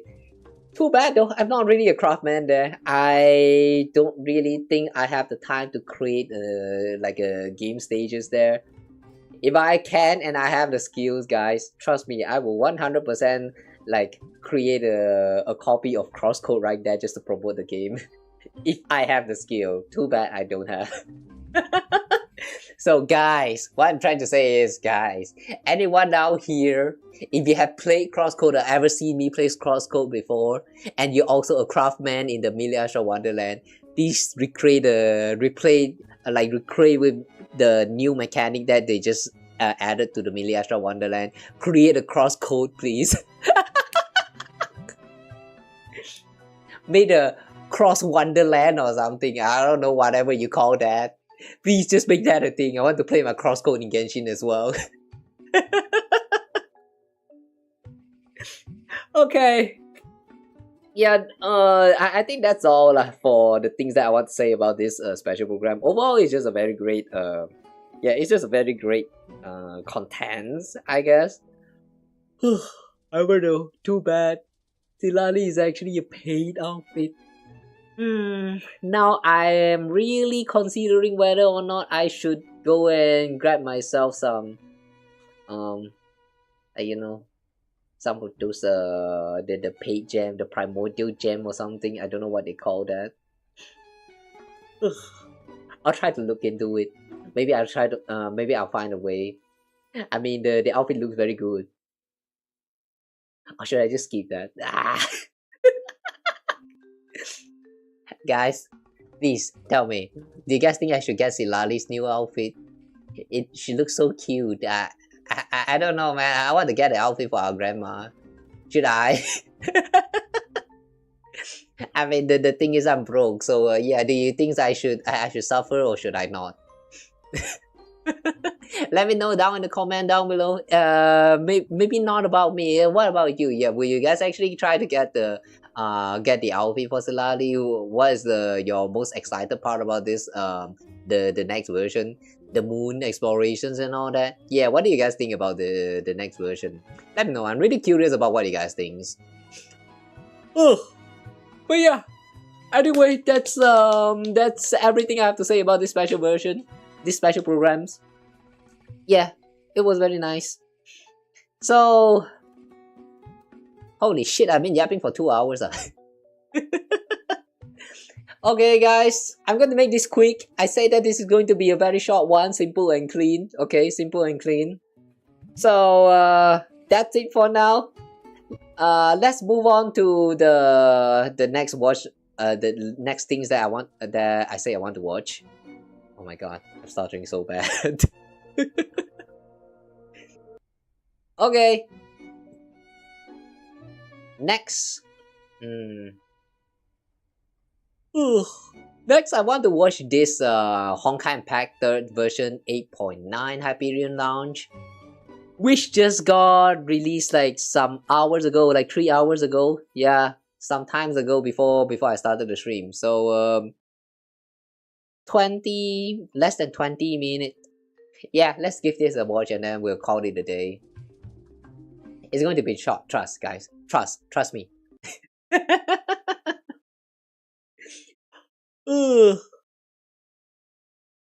How do I change the thing again? Okay. Honkai Impacted.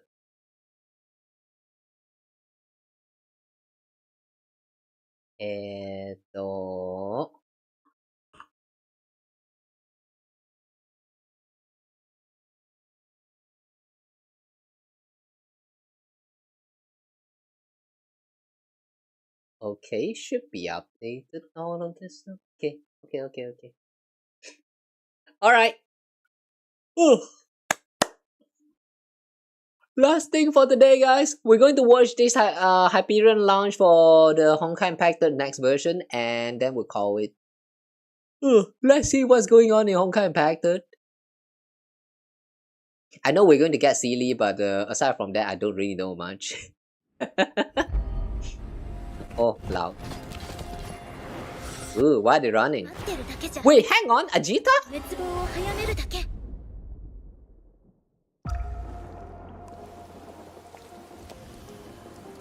Okay, interesting. Something's happening on the moon there.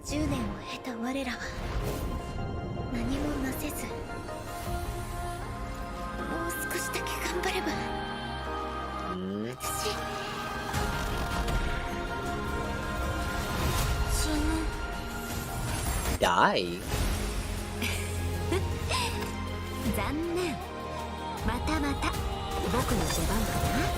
Vita!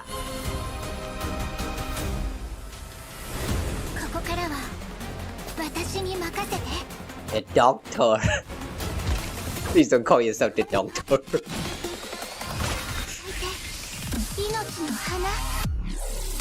Look at that bong stick. Ooh. Interesting how she's now not wielding a scythe.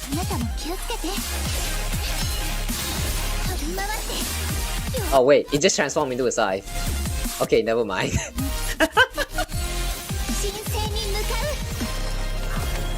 Of course, when it comes to Sealy, it has to be scythed.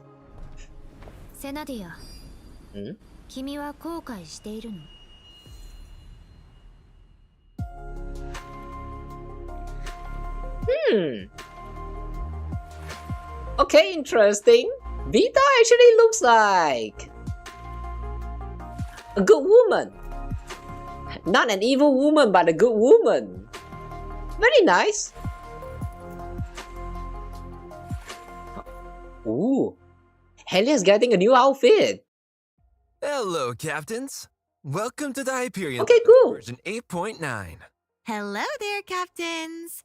Judging from how tense everyone looked in the trailer, it feels like even the moon has been corrupted. Will the crisis on Luoxing spread beyond control? In The the moon previous has been chapter, corrupted. we saw Layla Oh turn to the yeah. dark side again. Kiana is the moon goddess. Chapter, What's going to happen to look a little Kiana? deeper into Luoxing's and Senadina's past. Maybe within those pieces of history lies the key to defeating Layla. Ajita, Zayla, and the others have already regrouped at the moon base.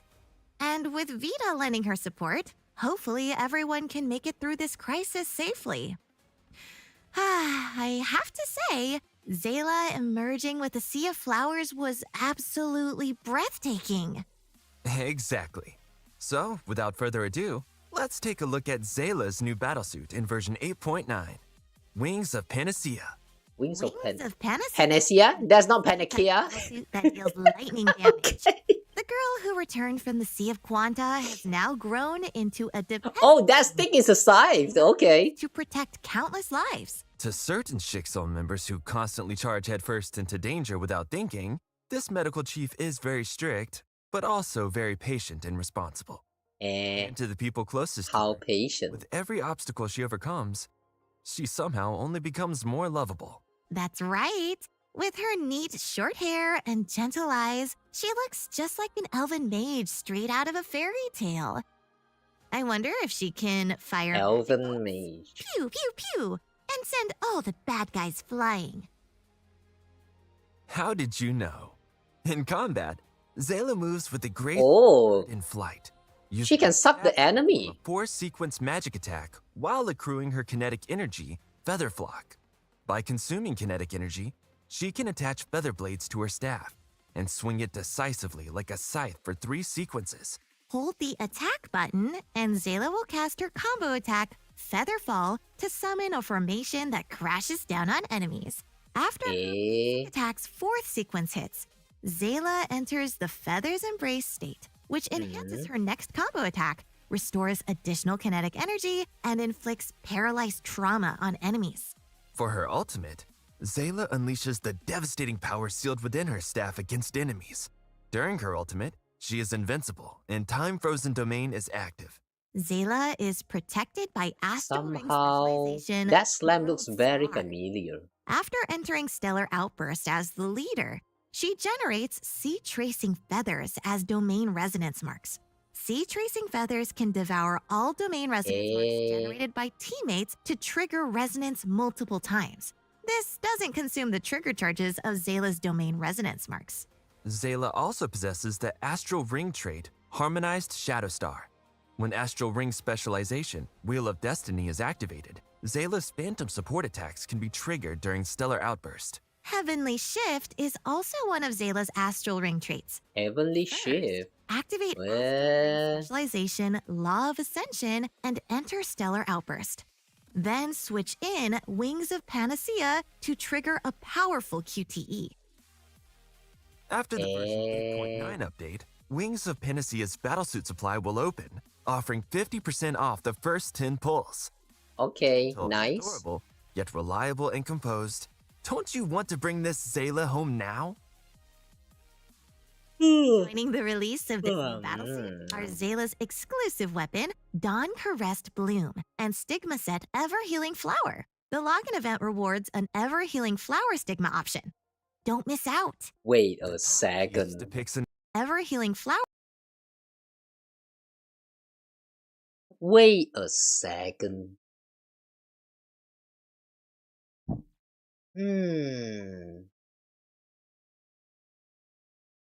Where is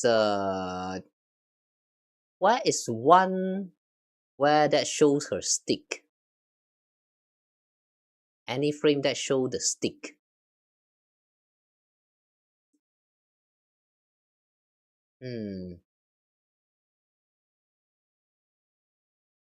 It's not shown here. Eh.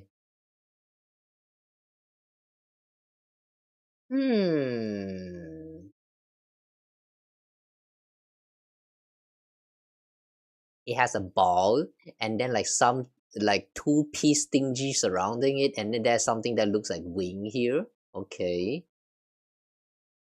And then comparing to the actual scythe here.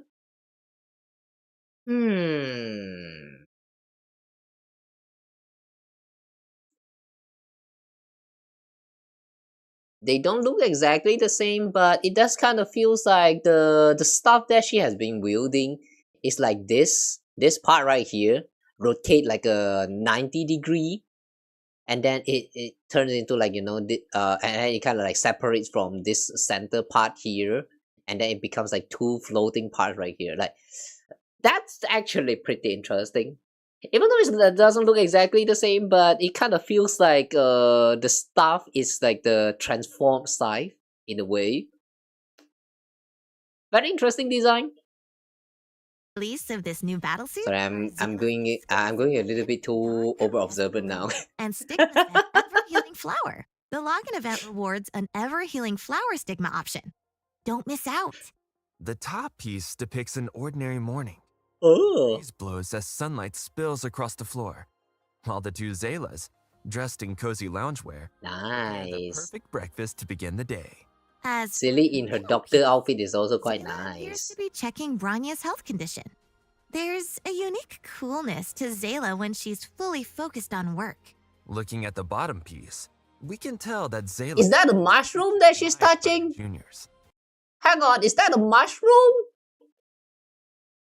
What is that, a mushroom in the sunflower? What is that mushroom? Look at how commanding she is at the podium. The Zayla who once needed others to protect her has grown into a competent, reliable senior, whose presence can even overpower Branya at times. Zayla's fulfilling day proves she's been living by her promise to protect everyone. I'm sure she'll continue to take good care of everyone. Now that we've finished introducing the mature Zayla Senpai, it's finally time to introduce the main story. But let's first take a quick look back at the main story of version 8.8. The title, With You Whom I Never Knew, doesn't only reflect the relationship between Dreamseeker and Senadina, but also between Little Layla and Naralab, and perhaps even between Senadina and a certain rebellious god. It's because we came to understand the hidden sides of everyone that we were finally able to move one step closer to the truth. Exactly.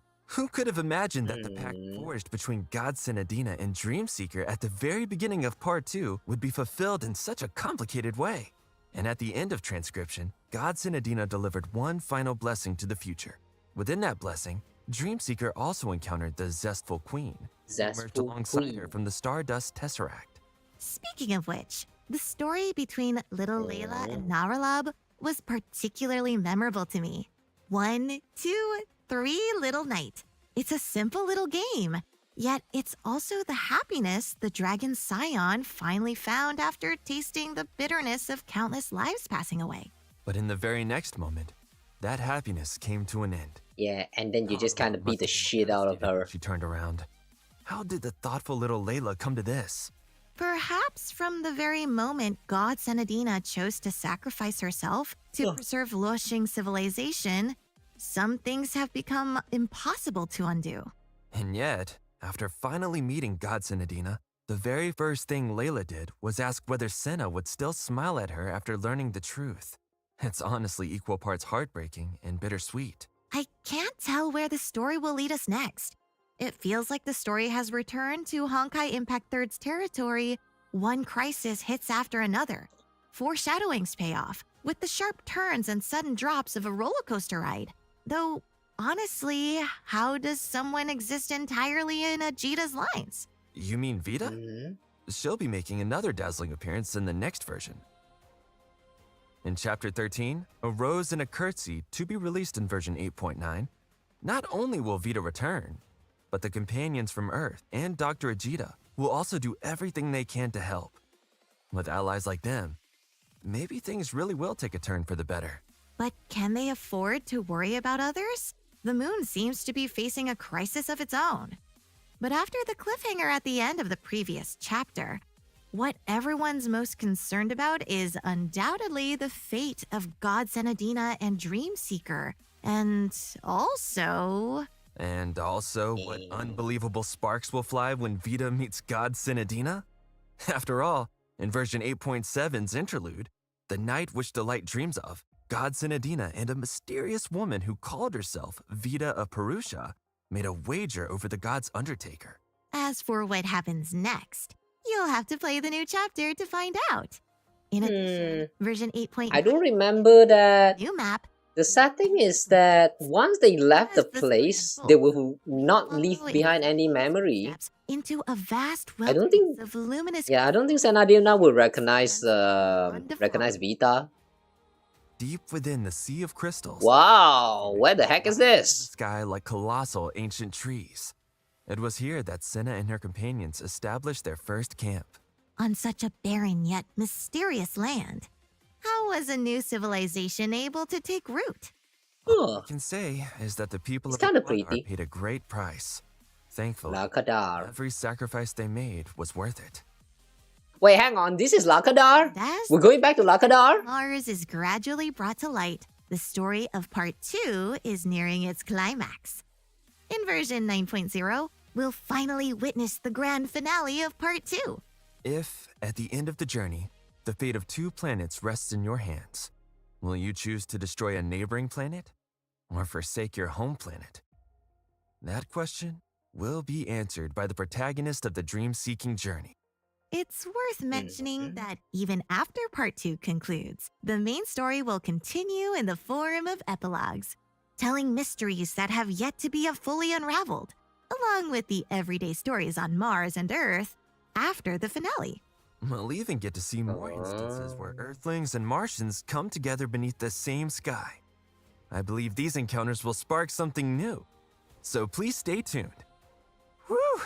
After dropping so many major reveals all at once, I'm sure everyone's still processing.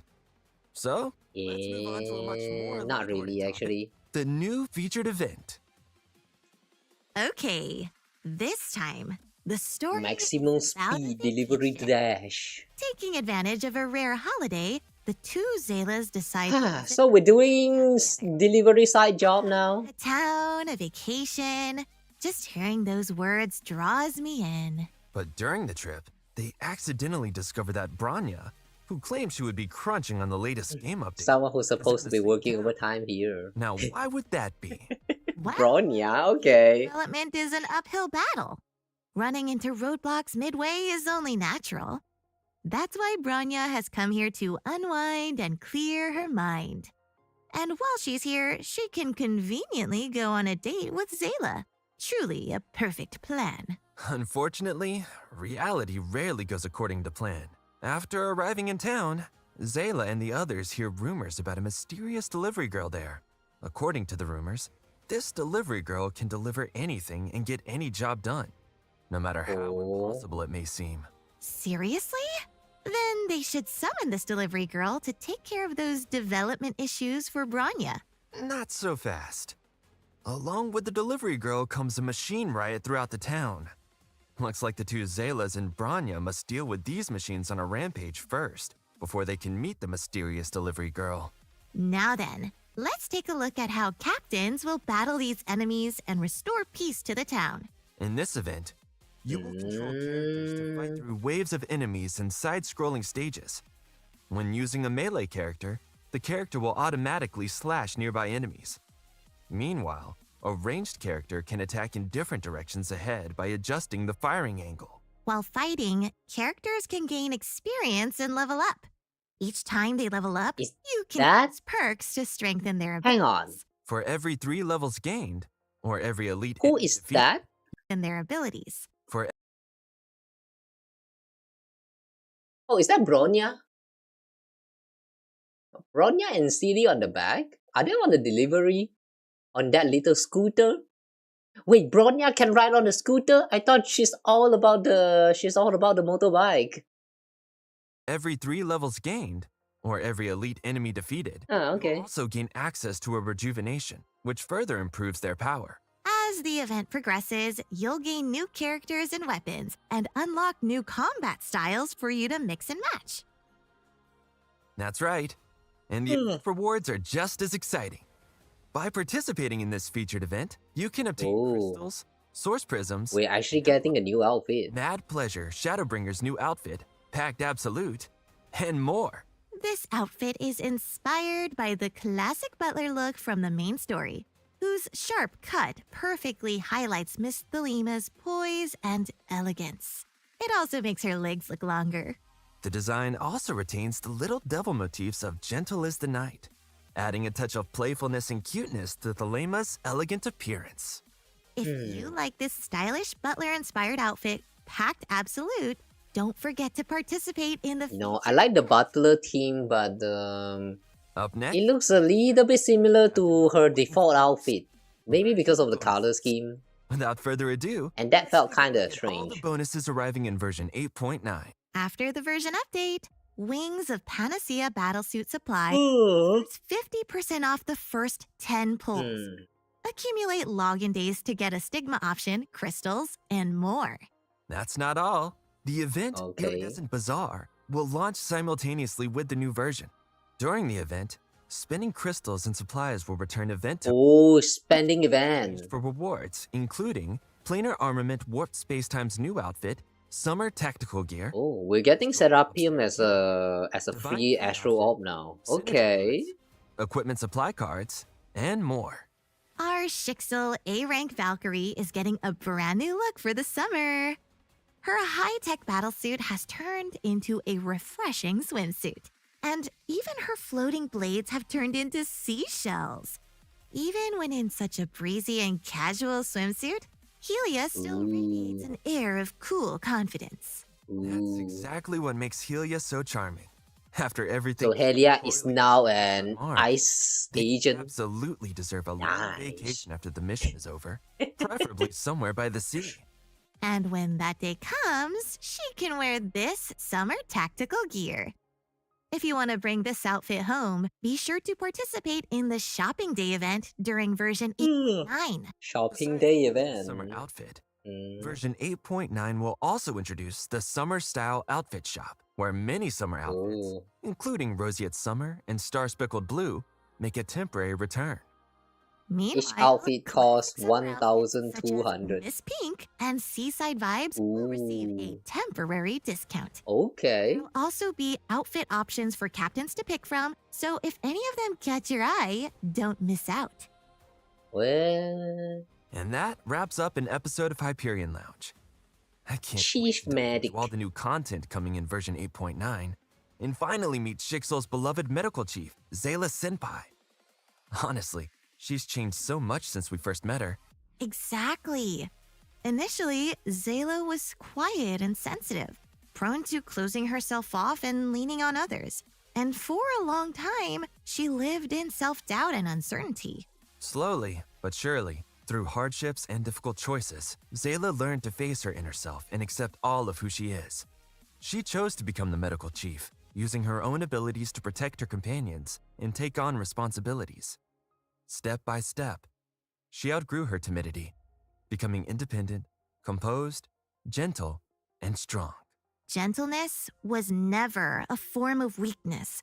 Embracing her whole self while stepping forward for others best describes Zayla's growth throughout these years. And moving forward, I hope more wonderful stories about them unfold. Before we know it, it's already time to say goodbye. Until next time, Captain. Wow, that was quick. See you next time. Yeah, that was really quick. So for the Honkai Impact 3's next version, we will get a new story. We will get the... what was that again? Throughout these years. We're going to get a new outfit. We're going to get the new Valkyrie, new playable Valkyrie, which is Silly.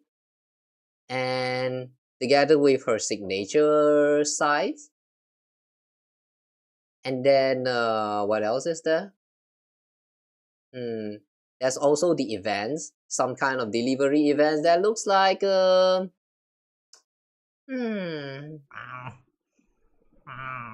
don't know. If hi there. Welcome in. I'm trying to organize my thought about this events as shown in this scene right here right now. It's how to say it's kind of like the gameplay itself, the way it looks, it kind of feels like those kind of games like Vampire Survivor or what is that game called again? Holocure. You guys know Holocure or Vampire Survivor? Those kind of games. I don't know what genre do you usually call those games, but basically you control a character and then you can upgrade your character to automatically attack the surrounding enemy targets. Yeah, Enemies in stages. Looks very similar to that. However, though, the enemies kind of move on themselves.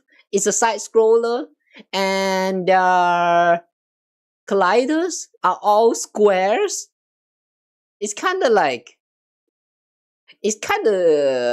a low budget version of the Vampire Survivor, but side scroller and also all that. It's weird. I can see how this can be fun, but the way all of these enemies are just reuse asset. I can tell her 100% these enemies are all reuse asset because we have seen this exact same icons of the enemies already before in some of the previous events, and they just grab that, they put some square on it, and then they let them just scroll through the map, and then you kind of kill them off by moving close to them or whatever. Like, this can be fun, alright, but a part of me wish that they actually animated it properly and made them, like, attacks you with animations and all that. The way it looks here feels kind of cheap, not gonna lie. But yeah, I can tell that this will be quite fun to play. So I'm looking forward to it. But visual wise though, I don't really expect much. Mixed feelings. Yeah, mixed feelings. It's something is going to be fun, but then you know that they're also not going to be visual appealing at the same time. So even before you experience it, you're already feeling a little bit disappointed, but at the same time, you're also looking forward to it. Like, that kind of mixed feeling. This feels so weird. How am I? Your Kawa? I'm your Kawa? Wow, I'm flattered, but no. I'm sorry, but I am not your Kawa. I'm everyone's Kawa. Unless you were an asshole, then yeah, I'm not your Kawa. But yeah, I don't belong to just you. I'm sorry, dear, but I belong to everyone. As an apology, I'm going to give you this. Thanks for that. Appreciate the kind words. But since right now you're the only one who's in the chat room right now, I guess I belong to you now.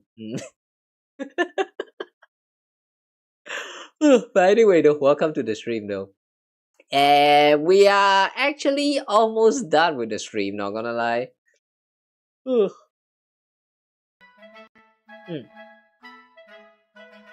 Yeah, we are really almost done with the stream now. Just now we spent 2 hours watching the Genshin live stream and also yap a little bit too much. And now we're watching this and it's also a little bit too short. I don't really have much to say about this Hyperion Lounge. The story looks kinda interesting because Vita is finally coming back and Dr. Ajita is also going to be joining the team. Like, something bad is going to happen on the moon. Like, they mentioned that the moon is going to get corrupted. So yeah, we are really reaching the climax of part 2 now. You can really feel it. Yeah, really looking forward to the story for this the next update. And the new character Sealy is also looking quite okay, I guess. I don't know. Depends on how she feels. I don't know whether I have enough to obtain her. Like, I don't think I have a guarantee. Have enough crystal for a guarantee. But I'm going to try to pull for her. I hope she's going to be fun to play. A lot of the part 2 character has been very fun. Aside from that, there's also the events thingy, and that's all. The outfit, on the other hand, the outfit for Dilemma feels a little bit strange. I mean, I do kind of like the idea of having her putting on a butler outfit. Like, where's that? Hang on. I mean, if you look at her from the back, the butt part right there feels very interestingly curvy. Like, yeah, looking at Dilemma put on that like suit right there is quite nice. However, though, the color schemes and all that feels a little bit too similar to the default outfit that it feels kinda... Again, another mixed feeling.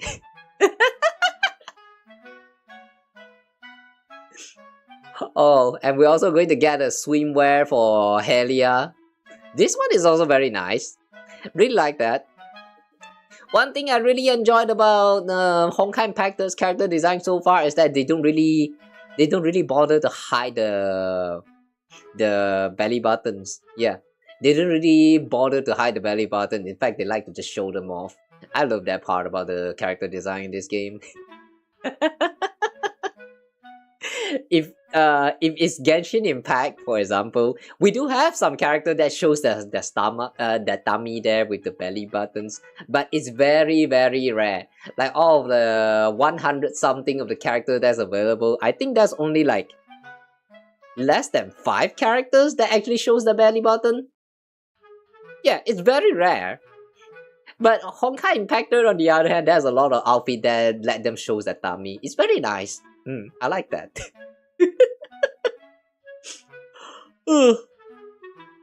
By the way, it's Pride Month in the States, so I preference that.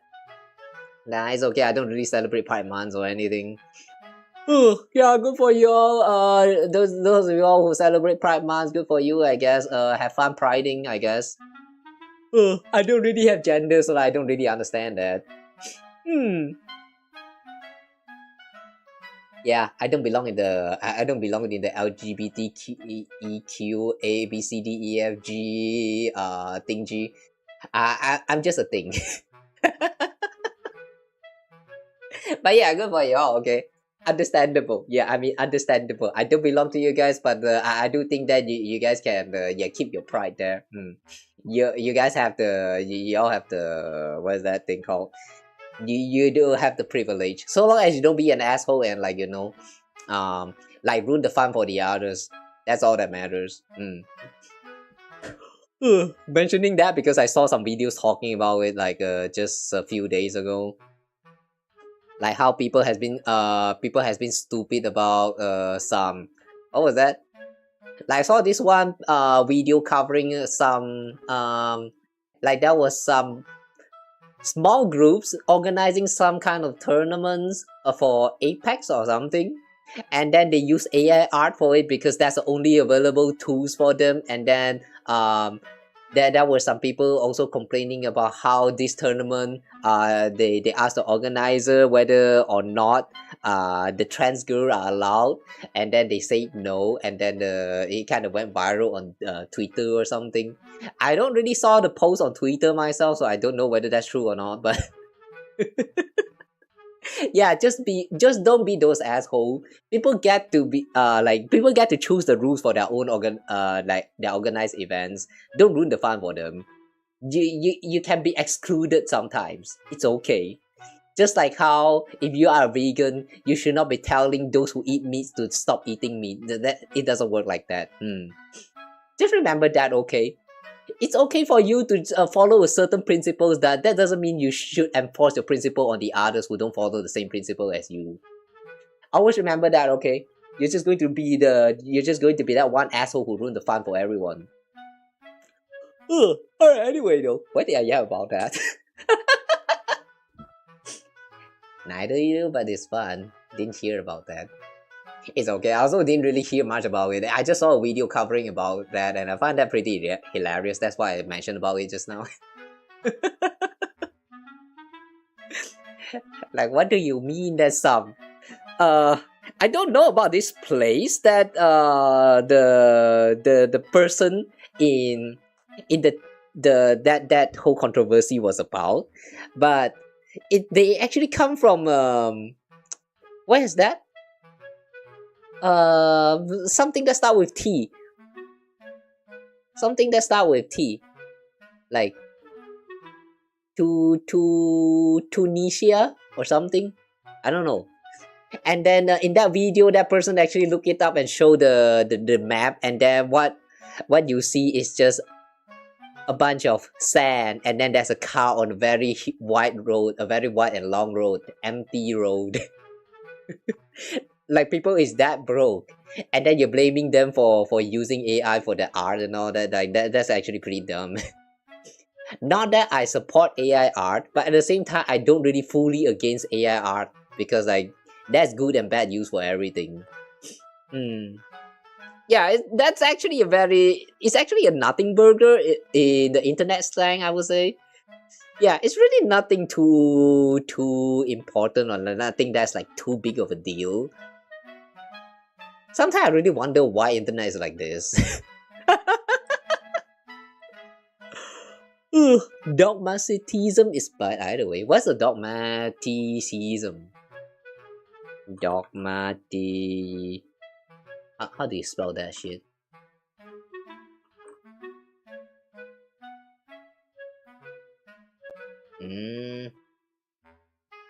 Stating opinions is a strong way and not accepting anyone else's opinion. Oh, that is called dogmatism. Hey, I see. Thanks, I just learned a new word. You know, now that I learned the concept of dogmatism actually exists, I just realized that there are some people that around me I knew that's kind of a dogmatism personality. Surprise, surprise. Yeah, don't be a dogmatizer. Not sure whether that's a proper word, but yeah, don't be someone like this. Remember that your opinions matters, but that doesn't mean you should enforce your opinions to the others. Your opinions is your opinion, and their opinions is their opinions. Okay, remember that, guys. You can think that someone is stupid, but that doesn't mean that you should enforce that idea into them. Like, they could still think that they are, like, you know, maybe they are slightly stupid, but they could still be smart at times. You know what I'm saying? Don't be meanie. You're straight, but it's funny to ironically say kiss the homies. Do the straight people say that? I don't know. I never say kiss the homies, but I would always say kiss the sassicles. Yeah, you guys are here for me to kiss. That and kiss the homie is a different story. I don't know. I don't think you guys are homies. You guys are you guys. Does that make sense? I could share the word with you. Kawa, your Kawa for the time being, okay lah.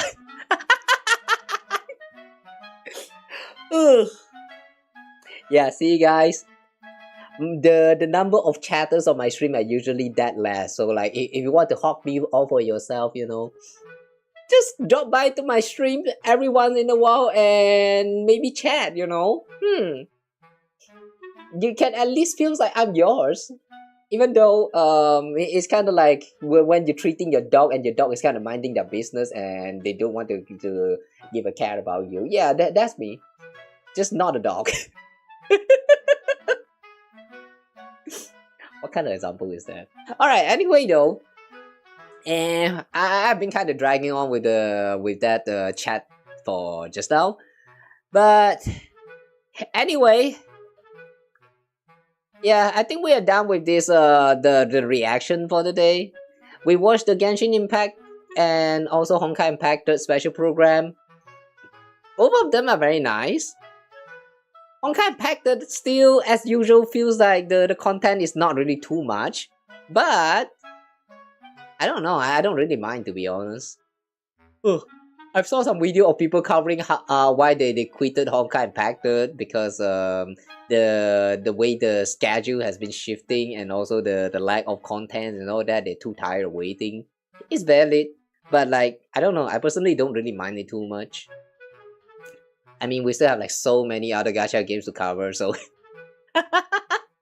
just take the time. Yeah, just take it slow. Ugh. Yeah, guys, if you also play gacha games and you actually feels like you're burning out of the gacha games, maybe just don't play gacha game too much. You can still log in to do dailies, or maybe you can just quit doing the dailies at all. Just do something else at the meantime. Like, go play some other games. There's so many other games, like for example, Crosscode. Go play Crosscode. Yes, Crosscode, great game. Like, yeah, there's so many great games out there, so long as you bother to even give it a look. Even though it kinda sounds weird to mention about this right after we're done with the, you know, reactions for gacha games special programs. But yeah, really. Guys, if you really feel like you burn out of the gacha games, just go play something else. And then come back to it again if you're still interested. That's really everything. You don't need to stay 24/7 like just playing the same gacha games until you die. That's not how a gacha game is supposed to work. If you want to get your value of entertainment out of this the gacha games that you play, just play the part that interests you the most, and that's all. It's really that simple. Keep that in mind, okay? Ugh. I've seen just now I mentioned about the videos that someone is saying that they are quitting the game and all that. Yeah, I saw that video once, and then YouTube keep recommending more and more people is quitting this gacha game, people quitting that gacha game. It was just so annoying. It gets to that point that I'm actually feeling annoyed about all of that stuff. Like, come on, really? You're going to make a video, you're going to make content and you earn money out of your viewers just to announce that you are quitting a gacha game? Really? It's like I've seen like a lot of them, this kind of videos, and a lot of them it's just like, I am tired of this game, I'm burned out of this game, it's so stupid, I don't want to play this game anymore. Shut the fuck up, who cares? I mean, the whole thing is just like 60 minutes of them just yapping about how the game is like really not worth their time, and like, this is stupid. If you really feel like it's not worth your time, just say you gotta quit and stop covering it. Like, you don't need to make a 15-minute video to cover all that. Like, what for? It's so stupid. Quit gacha is probably a good thing, but not announcement worthy. Yeah, exactly. I mean, if you want to announce it, it's fine. You want to make content out of it, it's fine. Like, you can do some kind of special stream to make this like a finale. Before I quit, I'm going to play through everything. Like, yeah, you can make some kind of content out of it. Sure, you can still do that. However, though, most of those videos that I saw is just 15 minutes, 20 minutes of one content creator complaining about how this game is bad, not worth your time, and like, I am so done with this game, I'm gonna go out there and touch grass. Basically repeating the whole thing until the end.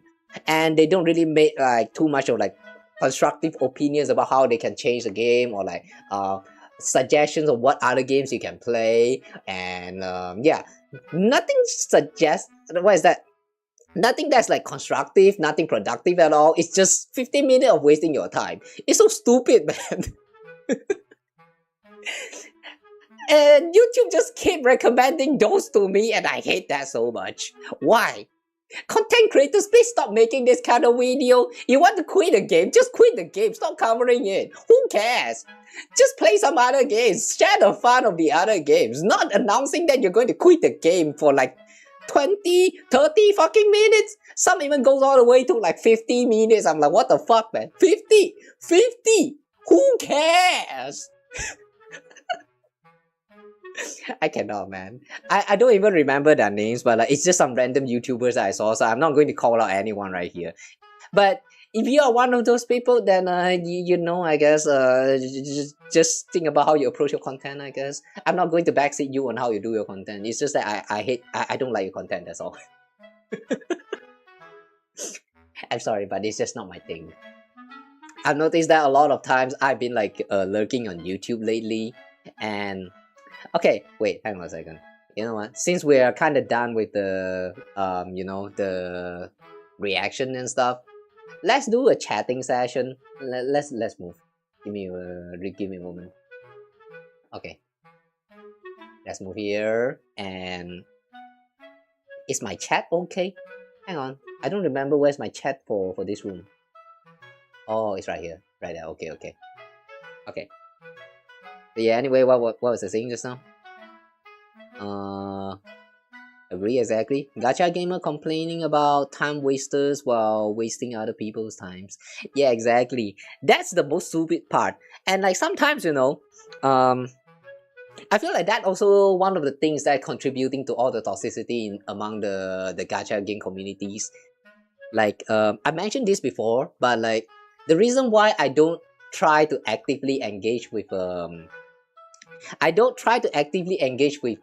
gacha games communities, as in like the gacha games that I've played so far, Genshin Impact, Honkai Star Rails, Zenless Zone, like yeah, all of this, I don't really try to engage with them too much because I feel like I have been exposed to the English side for a little bit too much. On the Japan side, I've noticed that it's less frequent on the Japan side when it comes to this part about like complaining about the gacha cultures and all that stuff. Maybe because Japan is one of the country that's like already used to the gacha systems. I think they kind of sort of like the origin source for gacha games. It kinda one of them at the very least.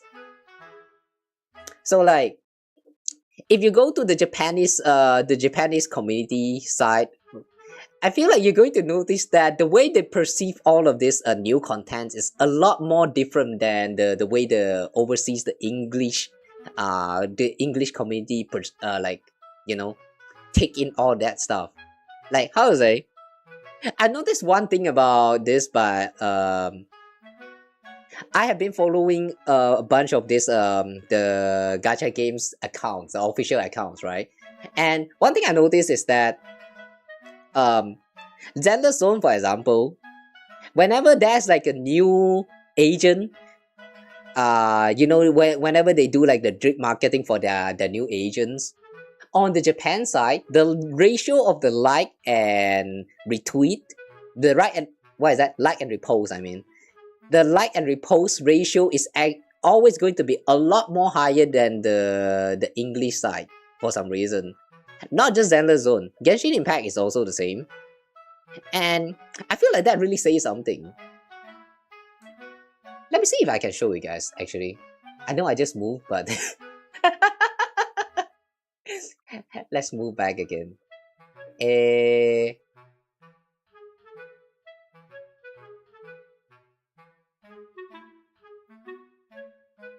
Okay, let's move back again.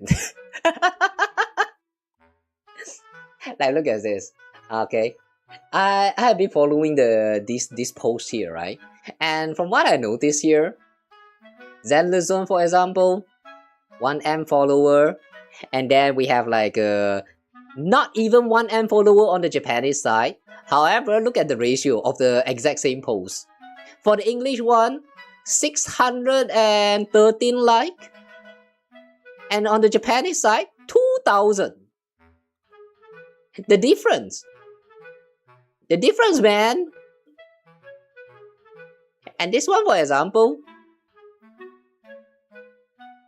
Polkra happy birthday, Japanese 22,000, and now on the English side 13,000. Even though there's so many followers here comparing the both of the accounts. How? Why? It's actually very frequent now. Oh, this is the only one, I guess.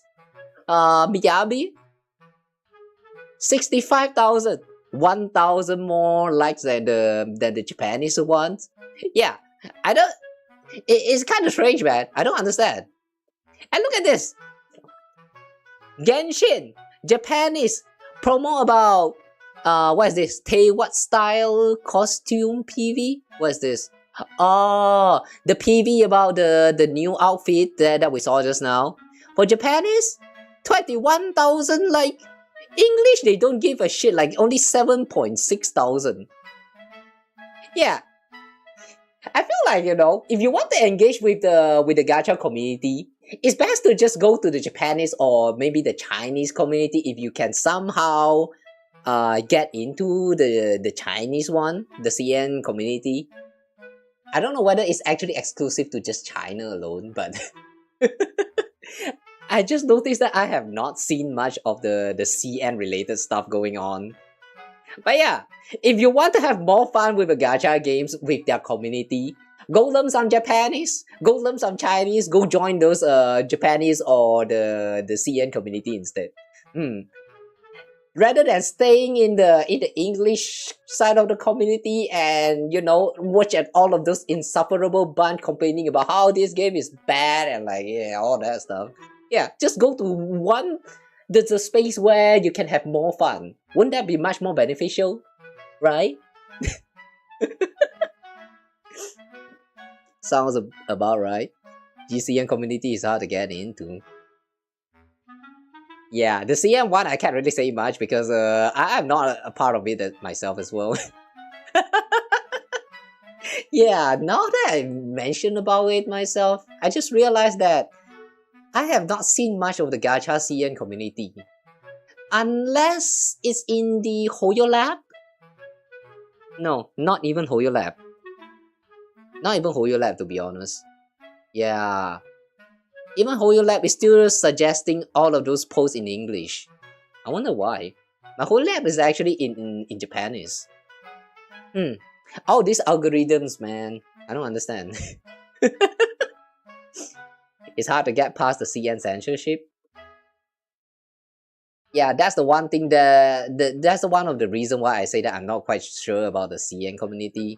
Because like CN kind of functions on their a little bit differently, considering that it's mainly on China. And China have like their own like exclusive search engine. Like they don't even have access to Google or YouTube from what I can recall. Most of the CN stuff, like when it comes to the live stream and all that, I think it's you have to look for Bilibili, I think, or Nico Nico. I don't know, I don't really use any of those platforms. Maybe I should try. Guys, do you think I should try to also do live stream on Bilibili or Nico Nico? I wonder if I can even set those up. Nah, it's okay. I don't have more windows to fit in for... yeah, I can't really fit in another chat room onto my monitor here. Yeah, never mind. It's a whole different system. Yeah. Oh well. Whatever. But yeah, as I was saying, if you really want to have the most fun of the community interaction, I feel like you should just go to the CN side for any gacha games, to be honest. No, not CN, I mean JP. Just go learn Japanese and join them. Yeah, join the weeb. We weeb together, we stay strong. Come on. Ishoni. Well, I feel like that's all I wanted to say to you guys for now. I'm not a good chatter, guys. Do you guys still have anything that you guys want to chat about? Give me any topic. If no topic, I think I'm just going to end the stream here. Before things start to get even more awkward. JP indeed. Yeah. Japan. I've been watching a bunch of animes and like I still cannot fathom the idea of watching animes in English dub. Like maybe Chinese is fine, but English sub, no, English dub. No offense to the voice actors, but I just don't feel the same emotions coming out from the scene. It's how to say, like a very very different experience if you watch the same anime with completely different dub. Japan always feels very emotional, and then when you watch the English version, somehow due to the way the language works and sound, you just don't really feel too much of that emotions from the acting. Yeah, I actually blame not the voice acting, but the language itself. But English, man, why is English like that? English just sounds so wrong. I mean, when it comes to Japanese, let me try. 日本語で話すとこんな感じになるんだからね。感情がね、もっとわかりやすくなると思います。You guys don't understand what I mean, right? Yeah, don't worry about it. But yeah, you can tell that the emotion that is conveyed there is just a little bit different there. That's why whenever Japanese is an option, I would always prefer to go for it. Unless the source material is actually not in Japan, then yeah, that could feel weird. Now that I think about it, maybe I just have issue with the dubbing and not really the language itself. Because like, you know, imagine that you're watching an English movie, you're watching like the Marvel, what is that, the Avengers or something, and then you imagine all those favorite cast of yours suddenly started speaking like Japanese or Chinese, like coming out of the mouth of the actors that you're so familiar with. The voice is actually some, I don't know how to say, like imagine the Spider-Man suddenly speaking with a voice like mine. That's going to sound so different, you know. I feel like, yeah, it's probably the localization and the way the lip sync is a little bit mismatched, and yeah, a bunch of issues that's related to the dubbing, the localization part. I feel like that's actually why it feels kind of off to look at the different language of a movie that is of a different language than the original source. Does that actually make sense? Somehow I feel like I just prefer original. Is that good or is that bad? I wonder. Have a good rest of my day. Catch me next time. Localization is always a problem. Is it really a problem now? I mean, even though I personally don't like to watch a movie that's not of their original language, but that doesn't mean that it's a problem. I mean, it does kind of solve the issue where some people who can't really watch and read the subtitle, it does kind of enables them to understand the context of what is going on the screen. So yeah, it's not like completely bad.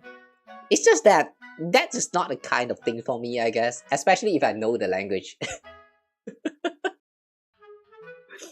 Feels weird, man. And right now though, even Honkai Impacted, to be honest, even Honkai Impacted right now, you guys only see me play the game in Chinese dub, right? Back then, when I started switching from Japanese dub to Chinese dub, the reason why is just because that I wanted to listen to some of those dialogue getting voiced in the Chinese dub, because that's the original language of the game getting developed, you know. That's one. And also that was an issue. I'm not sure whether it's still persisting right now, because I have not been listening to Japanese dub for quite a while now for Honkai Impacted. But back then, Japanese dub does not exist for the events that is running at the time. So when you are playing the game, the event is completely voiceless. However, if you're actually playing in Chinese dub, there are some part at the very least that is actually voiced. and that's why I switched to Chinese dub instead. But now though, when I'm listening to Japanese dub for Honkai Impact for that game, it's starting to feel very off. The only voice that I'm still very fond of, I'm still can get used to, is Kiana's voice, which has not been appearing in the part 2 story for how many chapters now? 11, 12 chapters? It has been that long since we last heard Kiana, and yeah, I don't know, I can't get myself to like play Honkai Impact with the Japan dub anymore. I feel like something has changed in me. They try to make it relatable to the culture it's being translated into instead of conveying the OG feeling.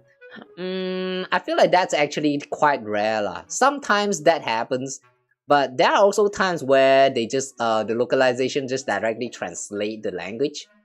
When they do that, it's actually no, how to say? I feel like sometimes this is kind of unavoidable because there are some Japanese joke that doesn't really quite make sense if unless you localize it to make it make sense as a joke. Like, yeah, most of the time it's a joke, a pun. Japanese do like to make a lot of like weird puns, but if you take the literal meaning of it, like just convert it to like through direct translation to a different language, like English for example, they just won't make sense. Yeah, sometimes it is kind of inevitable. Unless you want to see those like those kind of anime translation. I remember back then the anime fan dub used to do this a lot. Whenever like the anime character do some kind of like stupid puns, stupid jokes, and then you will get like this translator note, and then they start explaining about the joke there, right there, big on the screen. I still think that's very nice, and I wish that could be returned in the subtitle translation, so that so that more viewers can actually understand what was the joke actually about, instead of like localize it to some kind of like weird subtitle that doesn't make sense at all. Nowadays, that's how the translation, English translation at the very least, works for this kind of anime, and that really sucks, man. I miss the translator notes. I really miss the translator notes for anime. I'm feeling the change inside. Yeah, we are always changing, guys. You might not feel it, but it's there. The change is there. Sometimes being able to aware of those changes is nice. Some like it, but you prefer the OG meaning. Yeah, me too. I do prefer the OG as well. That's why I need talented people. Yeah, I really think that we have passed that golden age, especially when it comes to like localizations. Back then, oh my god, man, the translator note, because it's actually all just like created by fan. They are all like fan made for the translations. So there's a lot of passion that has been put into the translation for the animes that you watch back in those days. Like sometimes you can get some very custom animations going on with its subtitle. Like holy crap, man, those are some animation right there. You can see that someone is going like like they were just screaming and then they goes like off tone and all that stuff, and then you can see some very passionately animated going up down, and then like sometimes colorfuls and all that, like in just one single subtitle. There, imagine the work that you have to put into to make that animations, but yet they did it anyway. Those were the passions that I'm talking about. I miss those days, man. Now you don't get the same level of passions. A lot of times they are just like literally like AI translated. Yeah, there's actually quite a lot of anime now that's just like AI translated, which it just feels different, man. Time has changed so much. I miss the older days. We need more fan dub. We need more. No, not fan dub. I mean like fans up. Fan dub, I'm not quite sure because like sometimes even with passion, you can't really change your voice after all. So that depends. That one depends. I'm sorry, voice actors. But I just prefer the original voices. Yeah, the passion. Yeah, guys. Remember, if you love something, put in all your passion in it.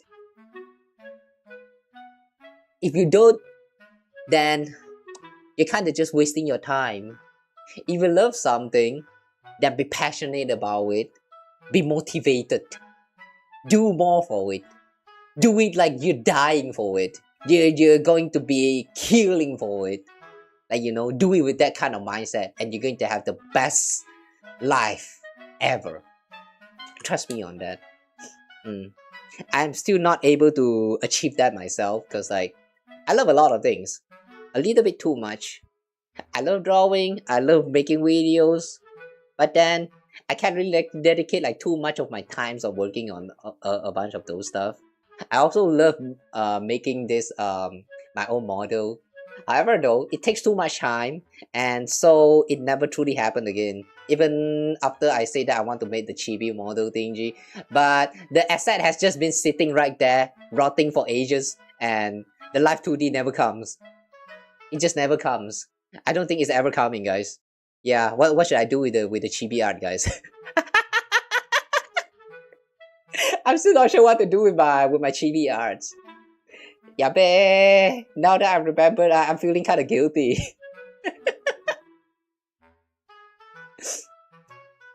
That have been getting better. Oh, they are? I don't know. I don't really watch animes in dub. There are some that are good though. Like for example, that one with the solo leveling. I didn't really watch the whole anime in what's that, English dub myself. But I did saw at least the clip of that behind the scene where the voice actor is like screaming so hard that it actually like cause his like throat to bleed or something. Like for just that one scene alone, like that was actually very cool, man. Mad respect to that voice actor, and he actually nailed it. I like that. But yeah, don't strain yourself too much, voice actors. I know that's your job, but like be mindful of your health too.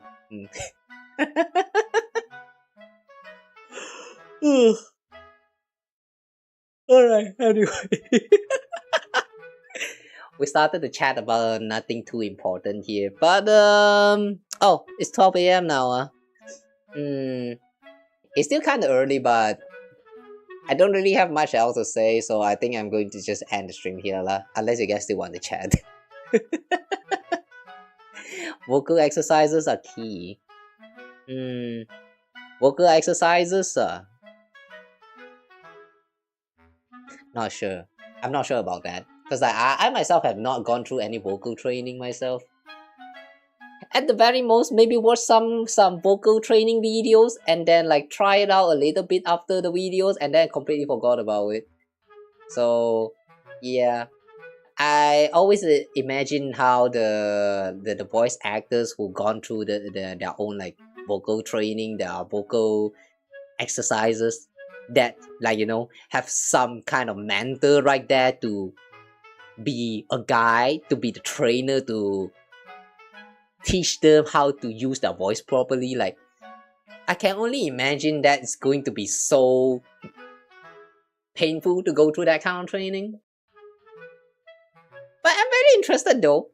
If possible, I do want to go through it myself, but how much is that going to be though? I don't think I have the money. Anyone want to coach me on voice acting for free? Anyone? If anyone's there, I'll reward you by making you proud. How about that for a reward? How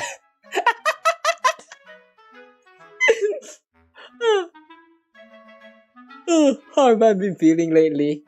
Do you want the honest answer or like the one that doesn't worry you guys too much answer?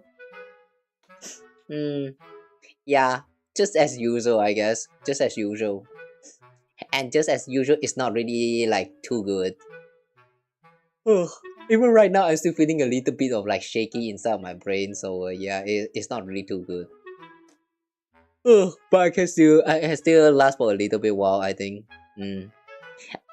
By the way, don't worry about it. If I'm starting to feel like I really need to end it, I'll end. Don't worry. It's fine. It's fine. Ugh. Though for a bit, I was feeling the existential dread. You mean you thought that I have been feeling existential for a little bit? That's what you think?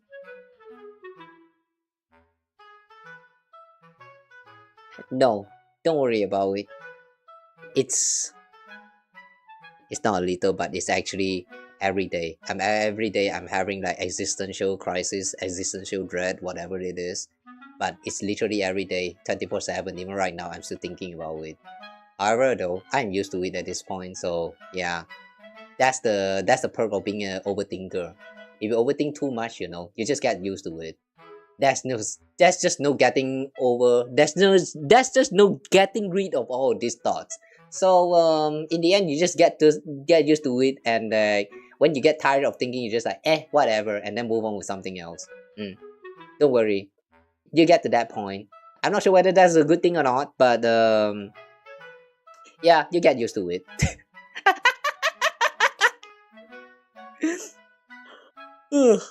Normal Kawa feelings.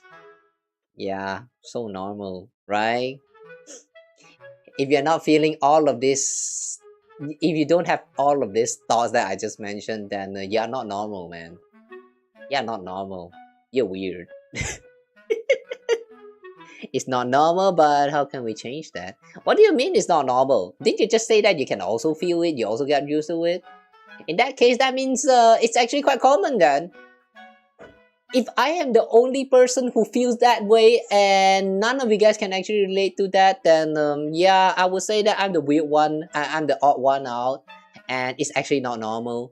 But the thing is, I believe a lot of people can actually relate to what I just said. So yeah, it's actually pretty common, especially in this kind of modern days. Yeah, I don't think it's actually not normal. You get used to it. I mean, sure, it's a very abnormal phenomenon, but if you get used to it, it's actually not. It's actually just normal, you know.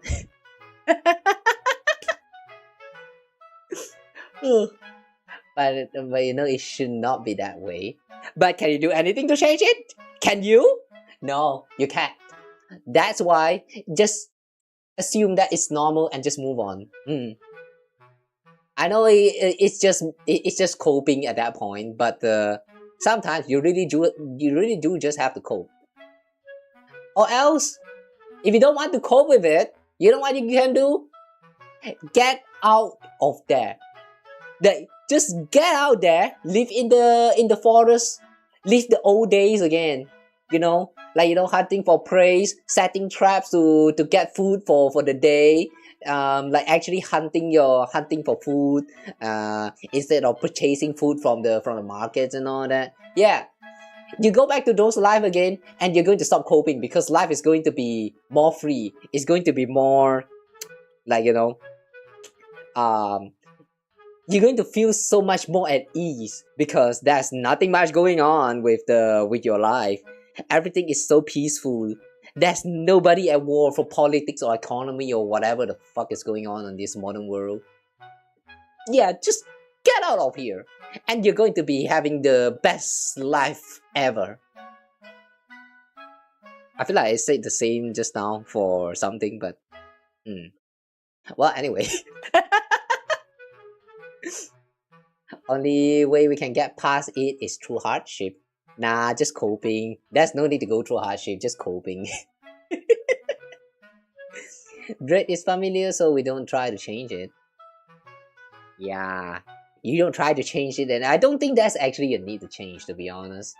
If anything, just learn to adapt. If you still feel like you need to change that, then try and go for it, I guess, but I don't think you should count on it too much. I mean, it's kind of pointless after all. Even after all of that discussion, in the end, that's just all your feelings. That's just what you feel. You can just choose to ignore them.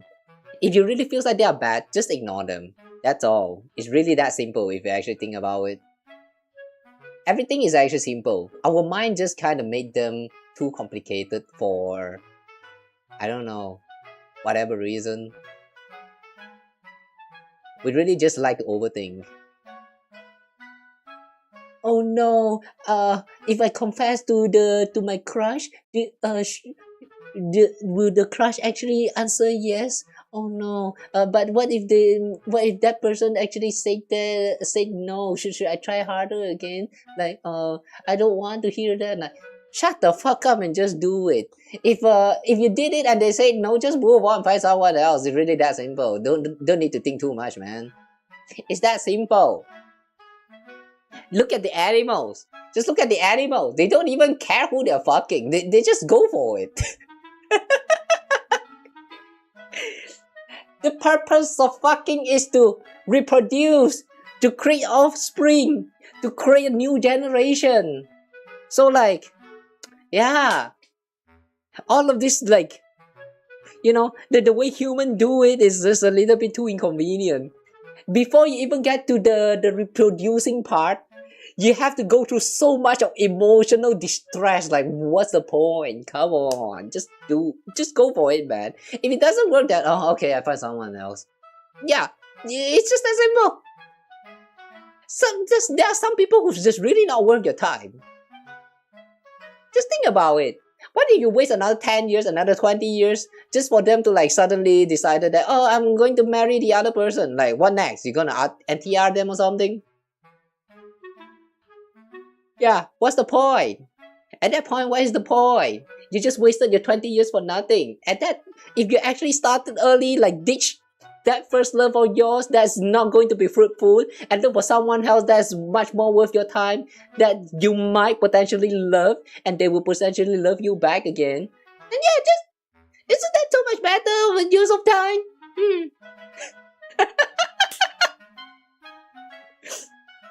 I don't know what I'm saying about all that, but like, yeah, basically the whole point is that cope or don't cope, but it's all up to you. In the end, the way you feel is all subjective. If you feel like you don't want to waste too much time on something, just don't care about it. I feel like that also applies to the relationship of some of those people with the gacha games. Like, you know, some of those big CCs, they keep saying that, I love this game, but... And then they keep complaining about them like since forever. Like 2 or 3 years, but they already stopped playing the game for like those periods of time. But they still say that, oh, I still love this game, but no, I just can't recommend it. I just won't play this game until they fix this. Just stop. Go play something else already. If you love the thing and they don't want to love you back and you think that is bad, then just do something else. Stop supporting it. It's really that simple. Really, everything is just simple if you think about it. Your mind is just making it a little bit too complicated. Unless you're like, I don't know, you're just farming for the engagement, you're just farming for the hatred, then yeah, that's very bad. I hate you for that if you do it like that. Kids these days ain't worth it. Depend lah. But I mean, like, if the kids is actually your kids, will you still say that they are not worth your time? No, right? I would say that it depends. If the kid is actually a good kid, I don't mind wasting some time to like lecture them about how like, you know, how to be a better person, or like, you know, just how to have fun in their life, anything. But yeah, it's kind of subjective, like I say. In the end, you are the one who decide whether someone is worth your time or not. Someone or something, including gacha games. Why procreate? Just let humans die out. You know, even though I just said all that stuff about subjectively choosing whether you should put your time and effort into something else. Yeah, I do kind of agree that just let the human die out. That's actually something that yeah, I do agree with. I mean, have you noticed that human is the one that has been causing more harm to the environment than the other animals? I mean, yeah, maybe the fart from the cow has been like one of the main pollutant to the world. I think according to one of the research statistics that I studied back then. But yeah, anyway, though, that's not important. But in the end, though, we humans are the one who's actually causing so much trouble to the world. Like, if you try to calculate if you try to gather up all of the fart gases from the cow from all over the world, and you try to like estimate the damage that it does to the environment, to the, what is that again? The, not esophagus. What do you call that again? The atmosphere. I forgot what you call those layers, but ozone layers. Yeah. Like you take the fart cows of the whole world, you compare it to all of the gases that is produced just from the factories, the car usage. God. Oh, what's that static?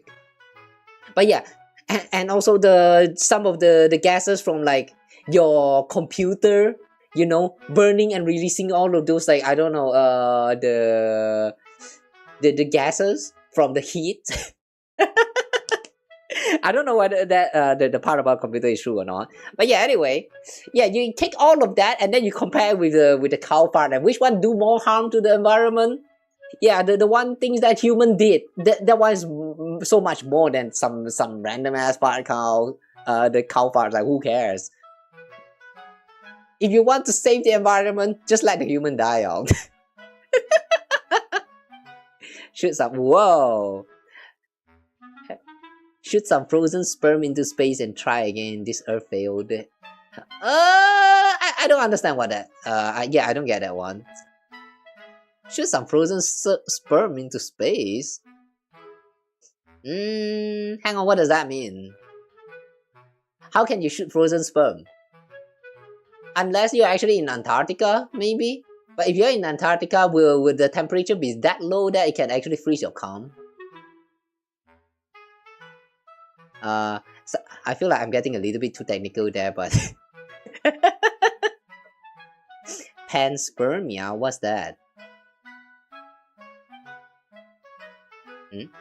Panspermia. Panspermia proposes that organisms such as bacteria, complete with their DNA, could be transported by means such as comets through space to planets. Oh. Okay, that's actually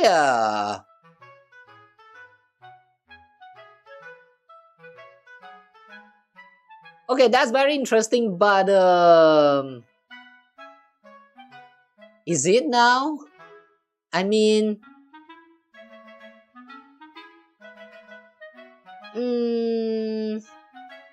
like, if you have a comet, you know, it's always going to be burning. Can bacteria even survive that heat? I don't know. Panspermia feels a little bit too what's the word? A little bit too fictional.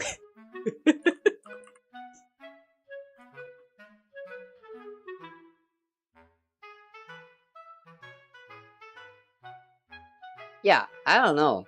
Feels a little bit too unreal for me. Like, imagine you have a meteor that's striking down into the Earth. Do you guys think that it's going to carry some kind of bacteria together with it that will potentially like corrupt the human being and turn us into like some kind of zombie? Like, nah, I don't think that can work. This is not Ben 10. You can look more into it. Earth has many extremophiles. What's that? Extremophiles? Like Those who is very into the extremist. What does that mean? I know philia files can also mean that like you're very into something. Extremophiles. Organism that is able to live or even thrive in extreme environments such as extreme temperature, hot or cold. Do they actually exist though? Do they really exist though? How do you know they exist? Extremophile?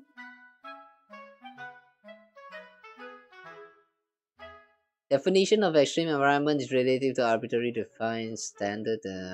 Okay. This organism can be considered ecologically dominant in the evolutionary history of the plant. Where's the first discovery of this shit, man?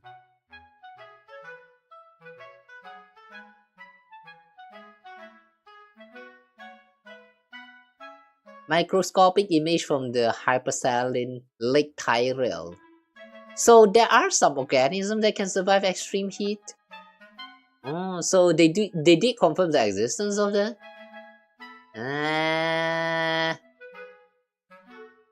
Well, that's weird as fuck. I don't know what else to say, but aside from that's weird as fuck. And also, I wish that was me. This can't be first time I'm hearing about this. Yeah, it is my first time though. What? Have I ever mentioned that I suck at biology? And also, I don't think I have actually seen this word coming up even in my biology class. So, yeah. Why would you just assume that I would know? How dare you assume me? Like how those people assume the other's genders. How dare you? Never assume, guys. Never.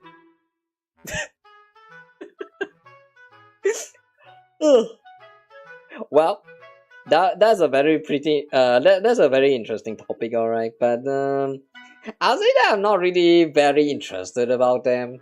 I mean, it's not like it doesn't really it's not like it actually concerns me that much. It's studying about all of this what do you read these as again? Extremophiles. Yeah, if learning about this would somehow make us able to like survive extreme environment, then yeah, sure, I would try. But they don't, right? So yeah, I don't really see the point. It is gay month. Sure, what? Oh, that just now I said about the assuming genders. Oh, I see. Right, yeah, it's gay month, right? So what do you go around and assume people's gender? Don't do that. I mean, not like any of you guys here is assuming my genders right now. Even if you try to assume, you will fail anyway. I have no genders. Try all you want. Just by, what if I have boobs? What if I have P.P.s? That doesn't mean that I have a gender. What are you talking about? Like, look at Ditto. Do you guys think Ditto has a gender? Do you guys think that pink blob right there in the Pokemon franchise has a gender? No, it doesn't. It's whatever gender it wants to be. I want to be like Ditto. I want to be like Ditto. When you want a hole, you just summon a hole. You don't want a hole anymore, then summon a stick. It's so nice, man. You can contract and you can... No, not contract. You can just do whatever you want with your body, you know. That's so nice. I'm genderless, the best gender. Yes. Yes, being genderless is so much fun, you know. You can be whatever you want. Or you can be whatever you don't want to be. Like, oh, can I still do that? I don't think I can anymore. Never mind. I remember that was a toggle to do something interesting, but yeah, never mind. Forget about that. Oh, hi there, welcome. Why you come in pointing gun, huh? What do you mean? You don't like me having no gender? Oh, come on. Why would you want me to have a gender anyway in the first place? Huh? Guys, let's be real here. Do you guys want to see me with gender? Do you guys want to see me as a boy or a girl? Let's be honest here. If I can have a gender, what gender would you guys wish for me to be? And why? The why is most important. Answer why. Wish you could be genderless, but last year you're male and you love being you love big TT. You don't love big PP? You don't love big PP? But I love big TT and big PP. I don't care. I just love them. I just love them big. No, actually, the size doesn't really matter. Even if they are small, I still love them. Because they are PP and they are TT. You know what I'm saying? There's no need to select. There's no need to be selective there. You can just love both, you know. You want me to be male? Why? Oh my god, that's kind of kinky. You just say that you're a male and you want me to be a male. That means that you actually wants to fuck me? Oh my god. You're gay. You are actually gay. Oh my god. My chat is gay. What should I do?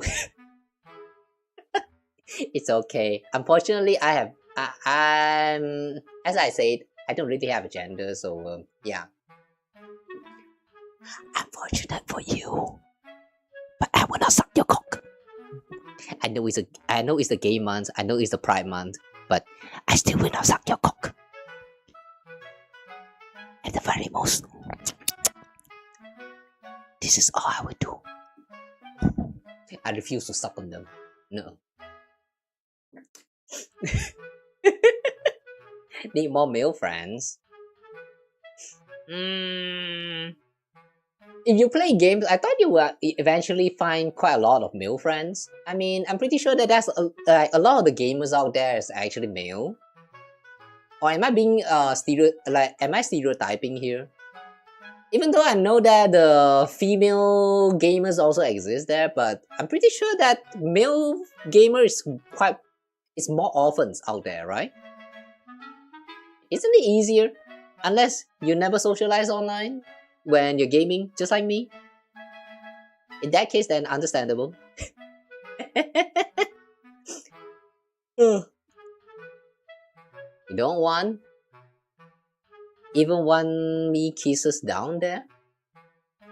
Does that mean you don't want, but do you want? Hang on. Why you sound so indecisive? Are you hesitating? Why are you hesitating? Please don't hesitate on whether letting me kiss your dick or not. Please don't. I was obviously just joking. Please no. Just want a bro. You just want a bro? You know the easiest solution for that? Just ask your parents to fuck. Come on. Ask them. Just request to your parents. Mom, Dad, I want a brother. And they will reward you you with one. If I mean, there's also RNG at play here, but you could always try, you know. Your dad is dead. Oh no. But is your mom? Is your mom? If not, then just look for a dad-in-law or something, you know. Or maybe you can be the dad-in-law itself, and then you know, create your own brother. You need to do it by your hand, you know. If nobody else is to do it for you, you have to take on that role for yourself and work hard for it. Know what I'm saying? Okay, obviously that's just a joke. Please don't do incest. No incest, no incest. That is obviously a joke. Please don't take that seriously. Okay. You have 8 siblings. You have 8 siblings and you still want a bro? Don't you have a bro already? Oh my god. You're one of 9. You know what? You feel about the same as my parents' generation. Back in those days, for some reason, my grandpa and grandma fucked a lot. So on my parents' side of the sibling trees or whatever you call that, yeah, there's a lot of them. Similar to this case here, 9, I think, including my mom. There's a total of 9. For my dad, is also 8 or 9. And then if you count my grandpa, grandma also have their own families. Yeah, sometimes we even visit them during like Chinese New Year vacation, for example. We go back to visit some of those siblings of ours, those relatives of ours, and then suddenly this is your grandpa's your grandpa's brother. What? Who? The generations, man. The generation from back in those days. Oh my god, man, that's a lot of them. Nowadays though, we can't even afford to like live by ourselves. So a lot of people just choose not to expand their family tree, which is understandable, but at the same time also a little bit sad. Like I'm also one of them. I still owe my government like some academic debts. So I really wish at one point I can start to earn some money from all this thing I've been doing for these past years. One day I will get there. No biological sibling sucks. Don't talk to your family. Why? Did they really suck that bad? Wait, but if they suck though, does that mean they're very good at sucking? Since you want someone to suck your, if you want your bro to suck your pee, then yeah, just ask your, you know. Okay, that's a bad joke. Kid shifted from being insecure, from being insurance to being a liability in your family.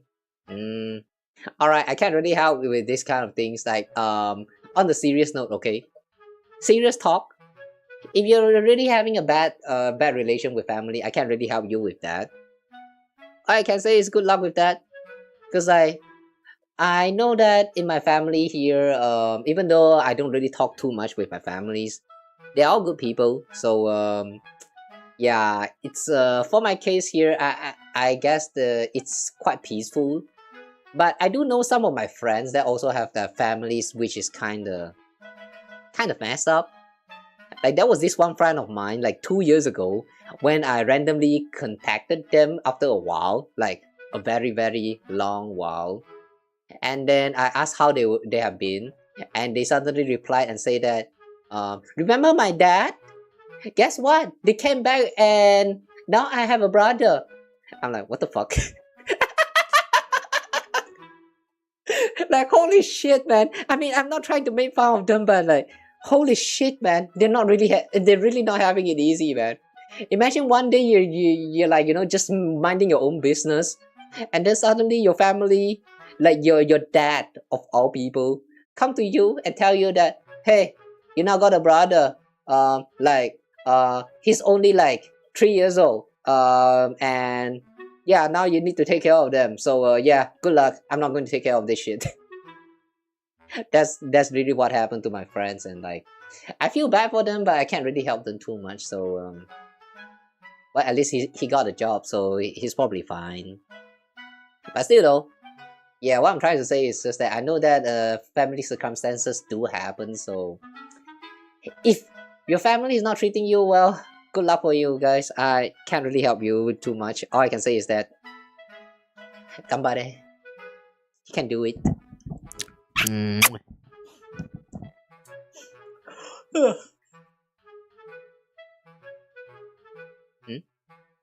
Never ask for help, because the only person you can depend on is yourself. Sucks living like that, but that's the cards life dealt you.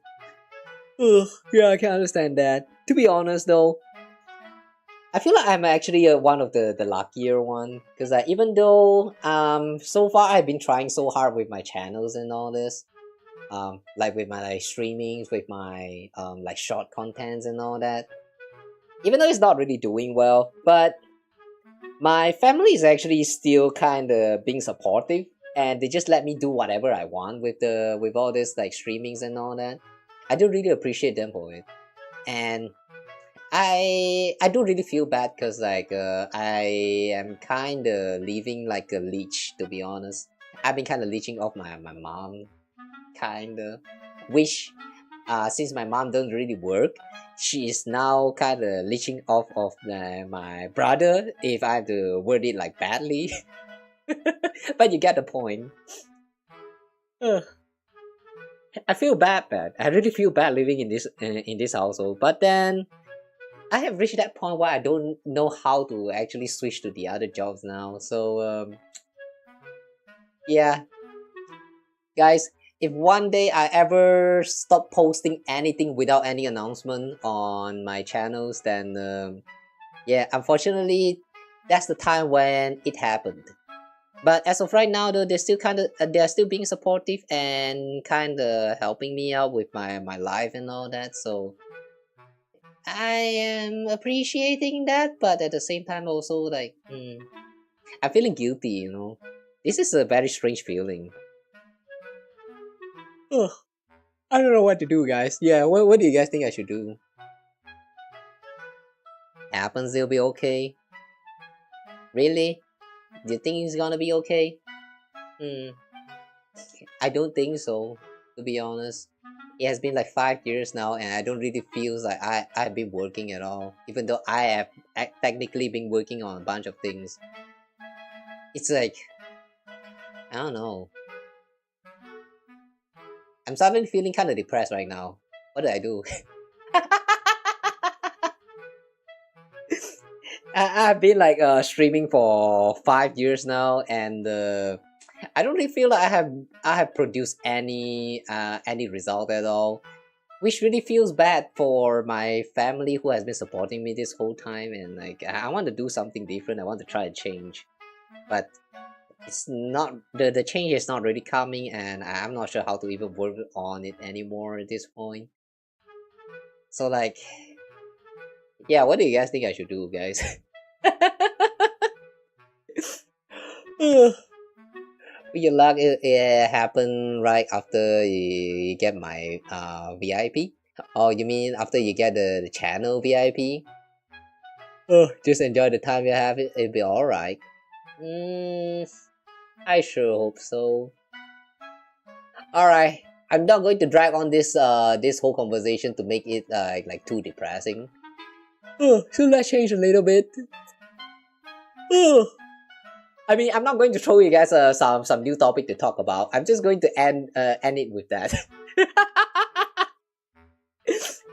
Yeah, I know that life is not fair, and it's probably not going to work out for a lot of you guys out there as well. Especially in this current time when, finding a job is so hard, and then inflation is happening everywhere. Prices are raising, salaries are dropping. It's just a struggle just to living. However though, hang in there, guys. Just hang in there. Think about why you're even living in the first place. The reason can be anything. The wait for GTA 6, Kingdom Hearts 4, what other games that you're waiting for, or anime that you're waiting for. No Game No Life Season 2, I'm still waiting for that shit for forever. Like, yeah, think about something positive that you're still waiting for. Think about that hard and push on. You can do it, guys. I believe in you all. You can do it just like how you all believe in me. Good luck, okay?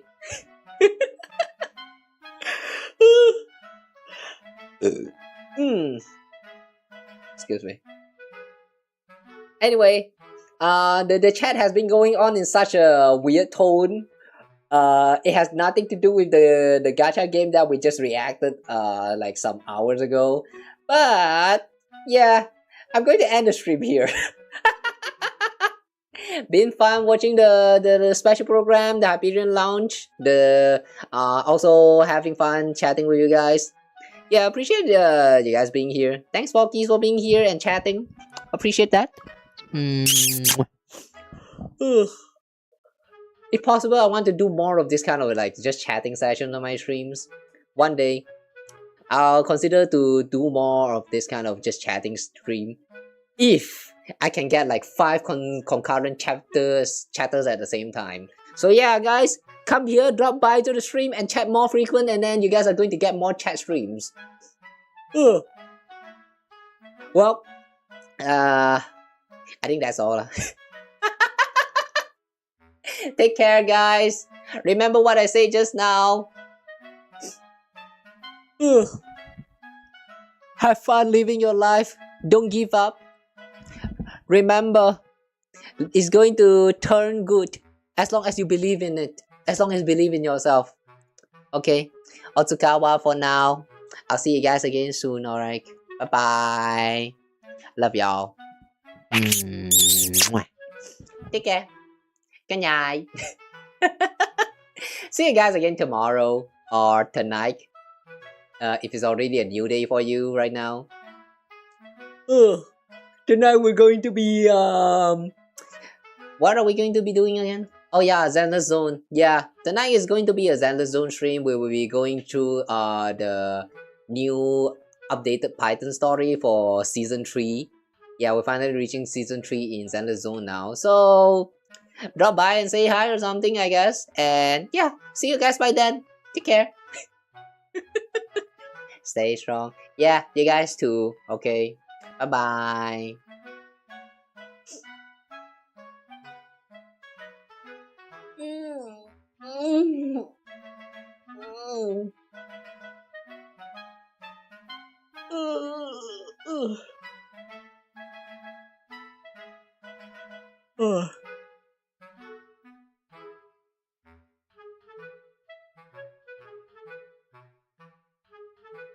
By the way, I did sound bad, right? The ulcer is still kind of there in my throat, so if I sounded weird, I'm sorry, guys. Okay, bye. Oh, and remember to redeem your Genshin Impact's what is that? Redeem code, okay? Take care, love y'all.